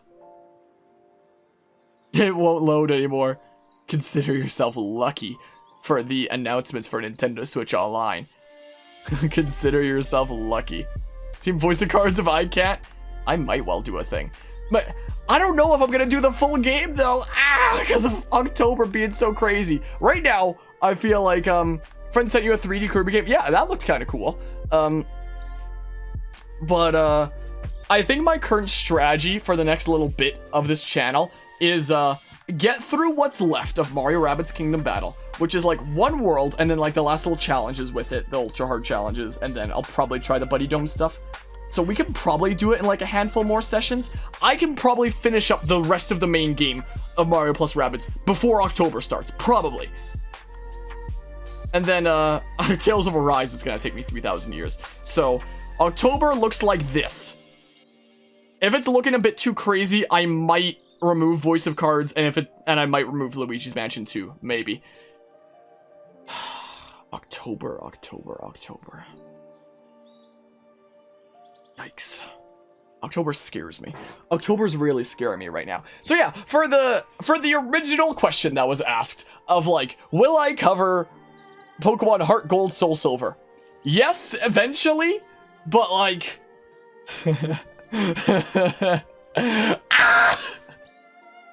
Okay, I cover way too many games. Yeah, we might cover Heart Gold, Soul Silver in 2023. If we do cover, like, any game, like, if we cover, like, any previously released Pokemon games, anytime after Legends Arceus, it'll probably be Sun and Moon Soul Link with our friend Eshop here that we've done some 3D World shenanigans with. Or maybe I'll redo my playthrough of Explorers of Sky. Like, or maybe I'll do a playthrough of PMD3, because that's the only Pokemon Mystery Dungeon game I don't have a playthrough of on this channel. Like, I'm fine with having an old, unreplaced playthrough of Blue Rescue Team, because we have a better playthrough of the remake of that game anyway. Where is Rescue Team DX? I don't know. Freaking, it's somewhere around here in our reverse chronological playlist thingamabob. There it is. Freaking. So I'm fine. We don't need to redo the PMD1 playthrough, because we already basically did it there. But at some point, I want to redo my PMD2 playthrough, because this was 3 years ago, and my content sucked back then, quite frankly, and I never did the post-game, and I need to do the post-game. I want to redo my playthrough of Super Mystery Dungeon for the exact same reasons, and we never did a playthrough of PMD3. So at some point, I also need to play PMD 2, 3, and 4. So, right now, when it comes to Pokemon on the channel, Brilliant Diamond Shine Pearl, Legends Arceus, and then after that, maybe a Pokemon Mystery Dungeon, maybe Pokemon Sun and Moon Soul Link. Like, we'll absolutely do Heart Gold, Soul Silver eventually. But with the bazillion other Pokemon games that I want to cover here eventually, plus this madness, why do I do the things that I do? I'm out of my mind. It might be a year or two from now before we do it. I'll do it eventually. It might literally be years from now, though. Oh my goodness. I am out of my mind, aren't I? My goodness. But yeah. At this point, we're moving some Let's Plays up to 2025, honestly. Yo, in my freaking... And this private Discord server that I have, like, just to, like, send messages to myself and, like, keep track of stuff. This is a Discord server where I'm the only member, and I, like, add a bunch of bots to, freaking test them out and see if I want them in my server, which is usually no. I could remove them, but, like, whatever. And I just use this to send stuff between, like, my phone and my computer and, like, test out a bunch of stuff. I use this to keep track of, like, the long-time future plans. So, this games channel in my private Discord server, I have my in-progress series. We're slowly going through every Assassin's Creed in order. We're gonna finish off the 2D Metroid series with Metroid Dread coming out. We might do, like, the 3D stuff with Prime. Oh, I gotta continue with Fire Emblem Fates. We're close to finishing off Fire Emblem Three Houses. Oh, I gotta find time for that somewhere. Well, I got through the Splatoon trilogy. We only have Dark Souls 3 left for the Dark Souls trilogy, and then we're done with that. And the entire Dark Souls trilogy is done on the channel, and it's gonna be great. And 3D Mario series, now that freaking 3D World is basically done, literally all that's left is Odyssey. So if we do a Super Mario Odyssey at some point, not anytime soon, not anytime soon, at some point when I have breathing room, I'll play Mario Odyssey. And then we'll have a complete playlist of every 3D Mario game, and it's gonna be great. Look at this, we have all of them except for Odyssey. Coming soon to a YouTube channel near you. When did I write that? Eventually. Eventually we'll have that done. So those are our in progress series. I literally have a list of series I'd like to cover one day. I figure whenever I have breathing room, which isn't gonna be for like a year, it seems like, but when I have breathing room and I want to cover something new, this is the list I'm gonna look at and be like, let's cover something from here. I want to go through the whole Mario and Luigi series eventually. I want to cover the whole Paper Mario series eventually. Luigi's Mansion we might gradually be going through just with, like, you know, Halloweens and stuff like that. This seems like it'd be fun to do with, like, friends off of, like, Dolphin Netplay or something like that. Yep, that's on the list, like the 3D stuff, like Metroid Prime / the rest of the Metroid series. I have, like, different sections of Fire Emblem, because, like, Ike's games can be, like, their own section. The Game Boy Advance games can be their own section, essentially. And then I just have, like, Fire Emblems, like, generally the other games, I guess. I've never played Mass Effect before, but I keep hearing good things about it. And it was developed in the city I live in. So, like, I should play the stuff that's local to here and get an understanding of, like, you know, what's the gaming industry that's coming out of this place. And my professors in my classes at university would always talk a bunch of good things about Mass Effect anyway. So, like, I should do it at some point. Especially because, like, after I graduate from my whole thingamabob. BioWare might be one of the places that I apply at, maybe. I've also never played Metal Gear, but I've heard really good things about its story. And I love games with good stories and like crazy complicated stuff. So I want to do this eventually. Who knows when? I just generally put down Tales series as like, hey, we've done Tales of Vesperia and we're in progress of Tales of Arise. So, maybe we'll do some other Tales games at one point. I own Tales of Symphonia. Guzma freaking gifted it to me. I've never played it before. I know like nothing about it, but freaking Guzma gifted it to me, the mad lad. So, I technically own it. And apparently you can Steam Remote Play like co-op some of the PC ones. So maybe I'd have more fun playing some Tales games if it's like a multiplayer playthrough. So maybe we'll do some more Tales games in the future. I've heard good things about Persona. Never played them before. I'd like to. Donkey Kong Country would be fun to do. I've never played Xenosaga or Xenogears, but I love Xenoblade, so I want to play these eventually. One day I want to do the Walking Dead Telltale games. Those are, at least, I love the first season. Second season's pretty good. I remember like next to nothing about the third season. I've never played the fourth. And then I just generally have here like classic Pokemon, like what classic Pokemon games I haven't played yet. And one day maybe we'll do F-Zero. And then I have here like what are individual games outside of a series that I want to cover. So I just have like the Legend of Zelda games I want to cover eventually. I guess a good handful of them at least. At some point, I want to do Pokemon Conquest at some point. That game's hella fun. Lego City Undercover would be hella fun. That game's so hilarious. And you can do Steam Remote Play, co-op with somebody else. I'd love to do that as like a 2-player playthrough with somebody. That'd be hella fun. I can do this in one session. I should do it one of these days already. I own it. I've never played it. I've heard such good things about it. And Laura Shigihara did the music, who's the same person that did the soundtrack for Plants vs. Zombies and made freaking Rakuen. So, considering she did the freaking soundtrack for this game, I want to play this game, you know? I own Fallout New Vegas and 4. I don't know if, I've never played 3 before. I've beaten Fallout New Vegas several times before, and it's hella fun. I've never beaten 4. I got like halfway through. I've never played 3. I couldn't get it working. Maybe we play 3. I like to play those Fallout games. They seem like they'd be fun. I love to play this. And then there's like the thing I was talking about earlier of like, you know, do PMD 3 eventually and redo PMD 2, Pokemon Super Mystery Dungeon. Yeah, I literally have like plans for like the next several years. Right now, here's like the short-term plans of like the next year, essentially. And then if at any point plans are open, there's no more new games to cover, and I have breathing room, then this is the list that I refer to for like, what other old stuff do I want to cover now? If this list is ever empty and I clear it, what a day that'd be. I don't know if it's ever happening. That might be a pipe dream. It might be a pipe dream, but if it's a goal to work towards. It's a goal for me to strive towards. Maybe it'll happen. Maybe. We are technically doing nothing but making forward progress towards it, but like, my goodness. This is how many playthroughs I've done in 3 years of being a content creator. Out of my mind. I know that I probably shoot myself in the foot by uploading too much instead of focusing on like just one kind of content or like one playthrough at a time. But if I can get to the point where it's like, it's all done, then oh boy, what a library that would have made.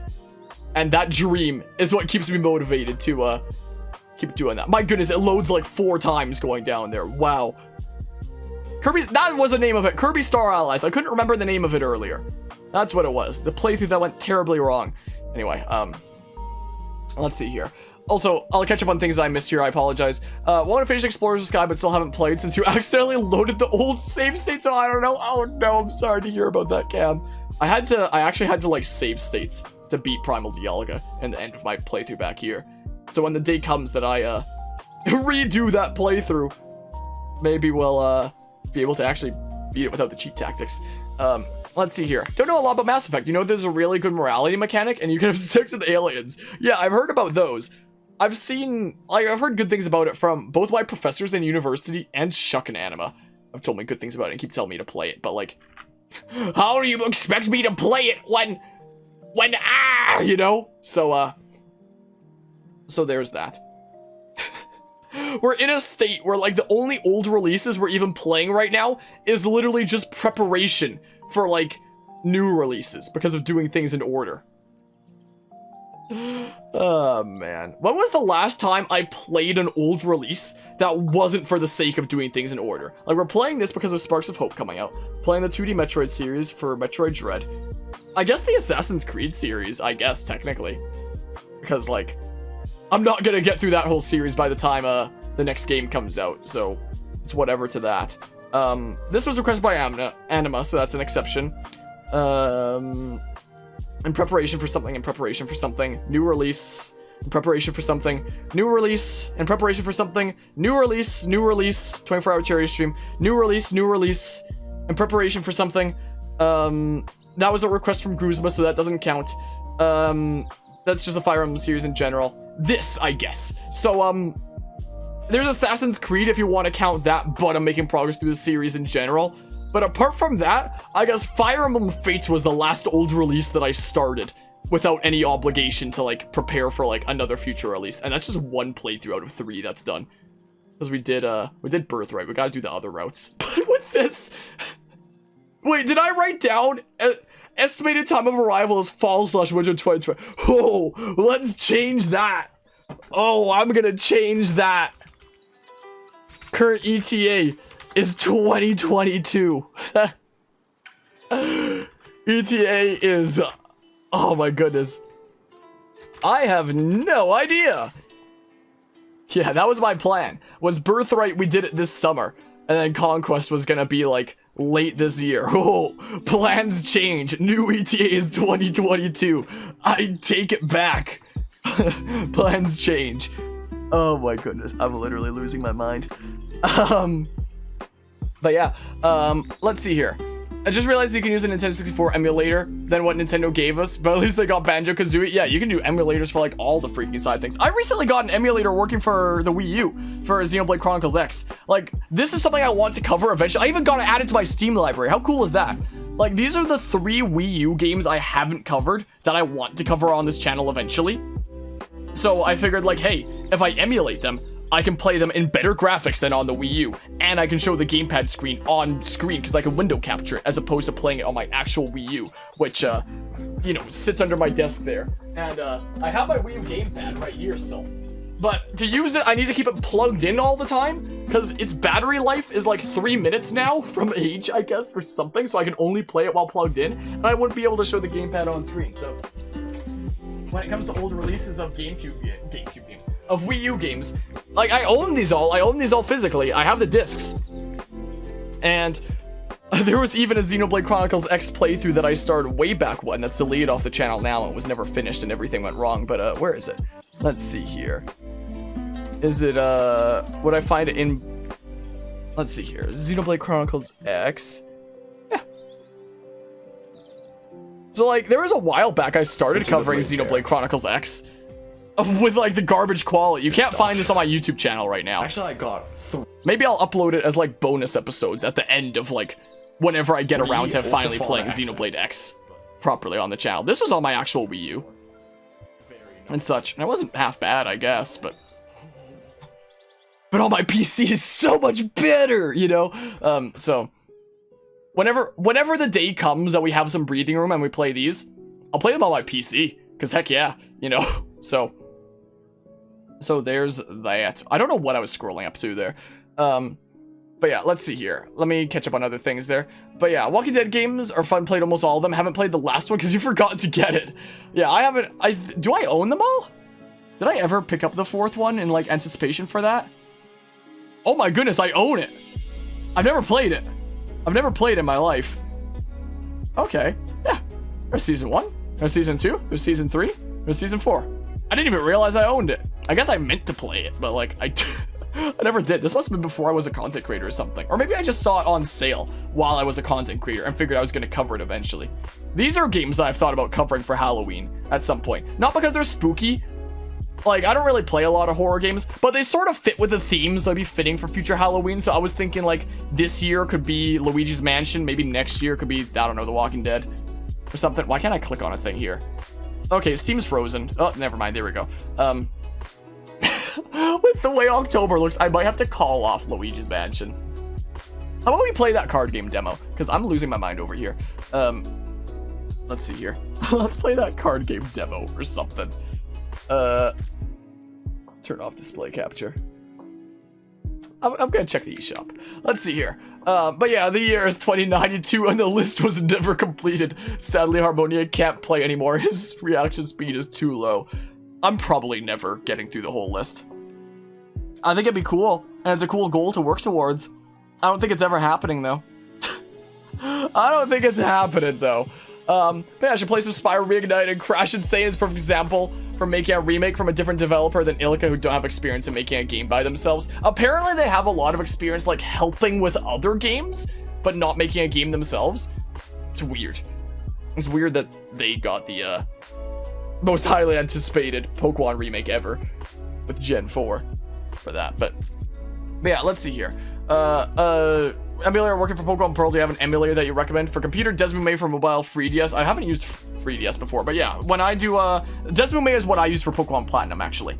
Like, again, that was a thing where it's like I had the actual like DS and hardware and stuff like that, but I don't have a 3DS capture card, so I couldn't freaking play it on this channel without emulating it anyway, unless I got a 3DS capture card somehow. But they don't even make them anymore, I don't think. Voice of Cards, I think it was, right? VGLS. Voice of Cards. Let's see here. I use Desmume. And for 3DS, for things like Fire Emblem, I use Citra. But again, it should be mentioned, freaking, we don't condone illegal activities on this channel, even if Nintendo is a freaking piece of shit about, about supporting their classic games. So, like, I'll say it for the sake of, you know, saving face. Own the original game and hardware, and then play it on PC to emulate it, is what I'll say. So the Nintendo ninjas can't sue me. Something. Voice of Cards. Let's see here. We shouldn't condone illegal activity unless we do. Like, I've done plenty of emulation on this channel, but every time I've owned the original hardware and game anyway. It's just been better to so you can pre-order it, and it's a $40 game. I wonder how. Oh, there's all. Oh, what the hell is this already? Oh, where's the demo? No, that's downloadable content. Where's the demo? That's a free one, I guess. Traditional avatar. We probably find the demo on like this. Yeah, we all own the games we play, obviously. Let's download demo. Yeah, we'll try it. Like, I'm intrigued by this game. I don't know if we'll play it when it comes out. Oh, come on. I don't know if we'll play it when it comes out, just because October is one of, if not the messiest months in terms of like the new games coming out that I want to cover I've ever seen in like my 3 years of content creation. So I don't know if we'll cover it for that. Where's my internet? What the hell? Hold on, I'm putting up my BRB screen so you don't get to see my internet settings. Oh, because I recently took my freaking LAN out of that and put it into my other desktop. Maybe I need to connect through Wi-Fi rather than LAN. Huh. I do have a LAN cable going into my Switch still, but it goes through my desktop, and that's like a weird thing that requires additional setup, and I take time to like set it up specifically before like Smash tournaments. Because I run a software that, there we go. Because I run a software that measures the ping between players, essentially. But it only works if I run the LAN cable through my PC. As the case.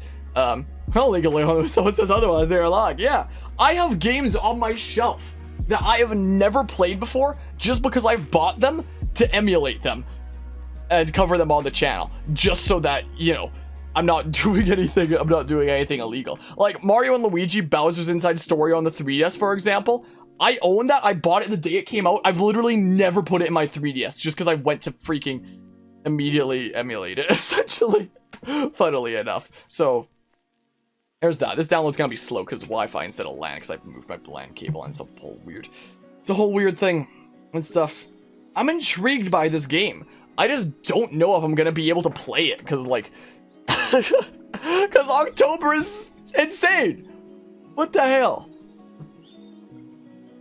So, like, I'll consider it. Maybe if I have a lot of fun with this demo. I am intrigued. I need to switch my inputs there to get Discord over here again to do that. It's like, look at this. Look at this crap. What the hell? 1, 2, 3, 4, 5, 6 new things I want to do in October. That's like 1.5 new things on a weekly basis is what that is on average. On average, through October, That's a new thing. 1.5 new things a week. I don't know if I can do it. I might have to. And maybe it'd be freaking 3 if you count, like, if I add Dark Souls 3 to get through that before Elden Ring comes out.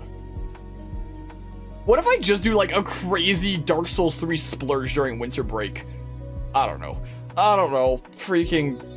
I might have to cancel some plans. Some plans might need to be canceled. A couple games you have emulated but don't own on card but wish you did. Chrono Trigger is probably the most notable one. Yeah, some cards that are like near impossible to find out there. Wait, but that's just... that's still admitting to something that's technically not... No, freaking Lancer, you get the 1 second timeout for doing it. No, I'm not gonna do that. Like, in my opinion, like, I'm not gonna say it a whole lot, because, you know, Nintendo ninjas. But in my opinion, like, again, I'm not going to say that, you know, I condone any specific activities to save face or anything like that. But in my opinion, for the way that things should be, is if there's no way for a company to make profit off of that game anymore, then in my opinion, it should be just fine to, you know, be able to get them and play them on modern platforms without having to worry about going to places like pawn shops and stuff like that to get them otherwise, you know? Like, in my opinion, companies like Nintendo saying, oh, just spend hundreds of dollars for the original hardware. I don't think that's right. I think that if a game hasn't been on the shelf for like over a decade at this point, then it should be fair game for you to be able to play. Because I mean, there's also a lot of people out there that, you know, love games but might not have like the funds to be able to play the games that they wanna play. I feel like the right to good gaming is one of those things that everybody should have in a way. That's why I'm running for mayor. But I feel like everybody should have like the right to some good gaming. That doesn't necessarily mean that like they can just get like brand new games for free or anything like that. But they should still have access to old classics and stuff like that that have been out there for decades that they couldn't play when they first came out. Like, there's a vast library of games out there that have been out for decades that they could get into, if only it was easily accessible to be able to do so in a reasonable way, you know? But that's my opinion on that. I've been streaming for over 3 hours. Again, if anybody watches this whole thing on YouTube at some point later, this whole discussion, freaking props to you. And stuff like that. Explorers of Sky is another one. You only own Darkness on cartridge. I own Explorers of Sky on cartridge, but I only bought the cartridge like a decade after it initially came out, was the thing. But I do technically own the cartridge. I think I have it in my 3DS game case here, actually. I think I got it, like, I did not get it when, there it is. I did not get this when I was new. I got this like a decade later, but this was a cartridge that I wanted. Look how nice that is. Pokemon Mystery Hunt is focusing. Explorers of Sky, heck yeah. That's a cartridge I felt like I needed to own, you know? So that cartridge I own. But I otherwise wouldn't have owned it if I hadn't. I'm pretty sure I paid probably close to $100 to get it, though. It was ridiculous. I think I probably did pay close to $100 to get that freaking cartridge. Hope that makes you happy, Nintendo, when you can't even make profit off of it anymore. But yeah, I do not own Earthbound. The oldest console I own is a PS2. And then, like, I got a Wii and stuck with Nintendo consoles after that. So, like, I own some classic PS2 games, but not really anything before that. I got into, like, I was into PC gaming at a really early age with stuff like Roller Coaster Tycoon. I only got into console gaming, like, a decent bit later. Most people in my age range started with, like, the PlayStation 1 or, like, the Game Boy Advance for their equivalent handheld. I only got into things a little bit later with things like the PS2 and the Nintendo DS as, for, like, home console and handheld, respectively. But yeah, after 15 to 20 years, it should be accessible, if not profitable anymore. Yeah, that's the way that I feel like there. How big is this demo? Can I check? Does it say, it's not gonna say here. But yeah, let's see here. Wish you had that car. Only system you own is a Super Nintendo. Yeah, I don't own any classic consoles. Got Godhand, watch you play it. If so, or Def Jam. The only significant PS2 games that I own are the Sly trilogy. That's the only significant PS2 games that I own, which we've already covered that trilogy on the channel. So now I don't really have like any PS2 games that I actually own that are like significant. Like Sly was the only big thing that I got into. For whatever, I own a lot of PS2 games, but for whatever reason, they were all like garbage stuff. I never had like any of the big name stuff apart from Sly. That was it.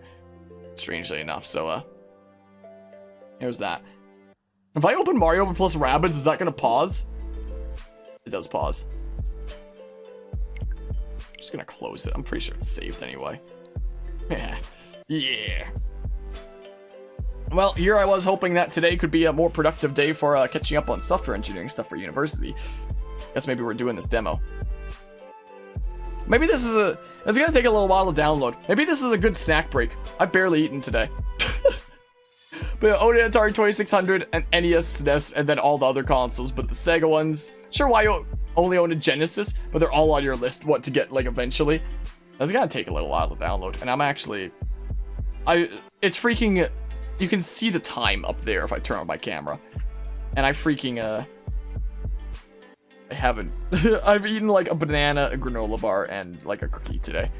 So, maybe we'll take a little bit of a break and come back and, do this. Maybe I can just put up my BRB screen and we'll come back for some Voice of Cards, The Isle Dragon Roars. We'll try it. We'll try the demo. I don't know if I'll cover it when it comes out, but we'll see here. Mention own all the Sega consoles from Nintendo. You're missing the Virtual Boy. Oh, you mean the best console ever? Sure. I'll do this. We'll be back later. You'd say you woke up like 2.5 hours ago. Jeez.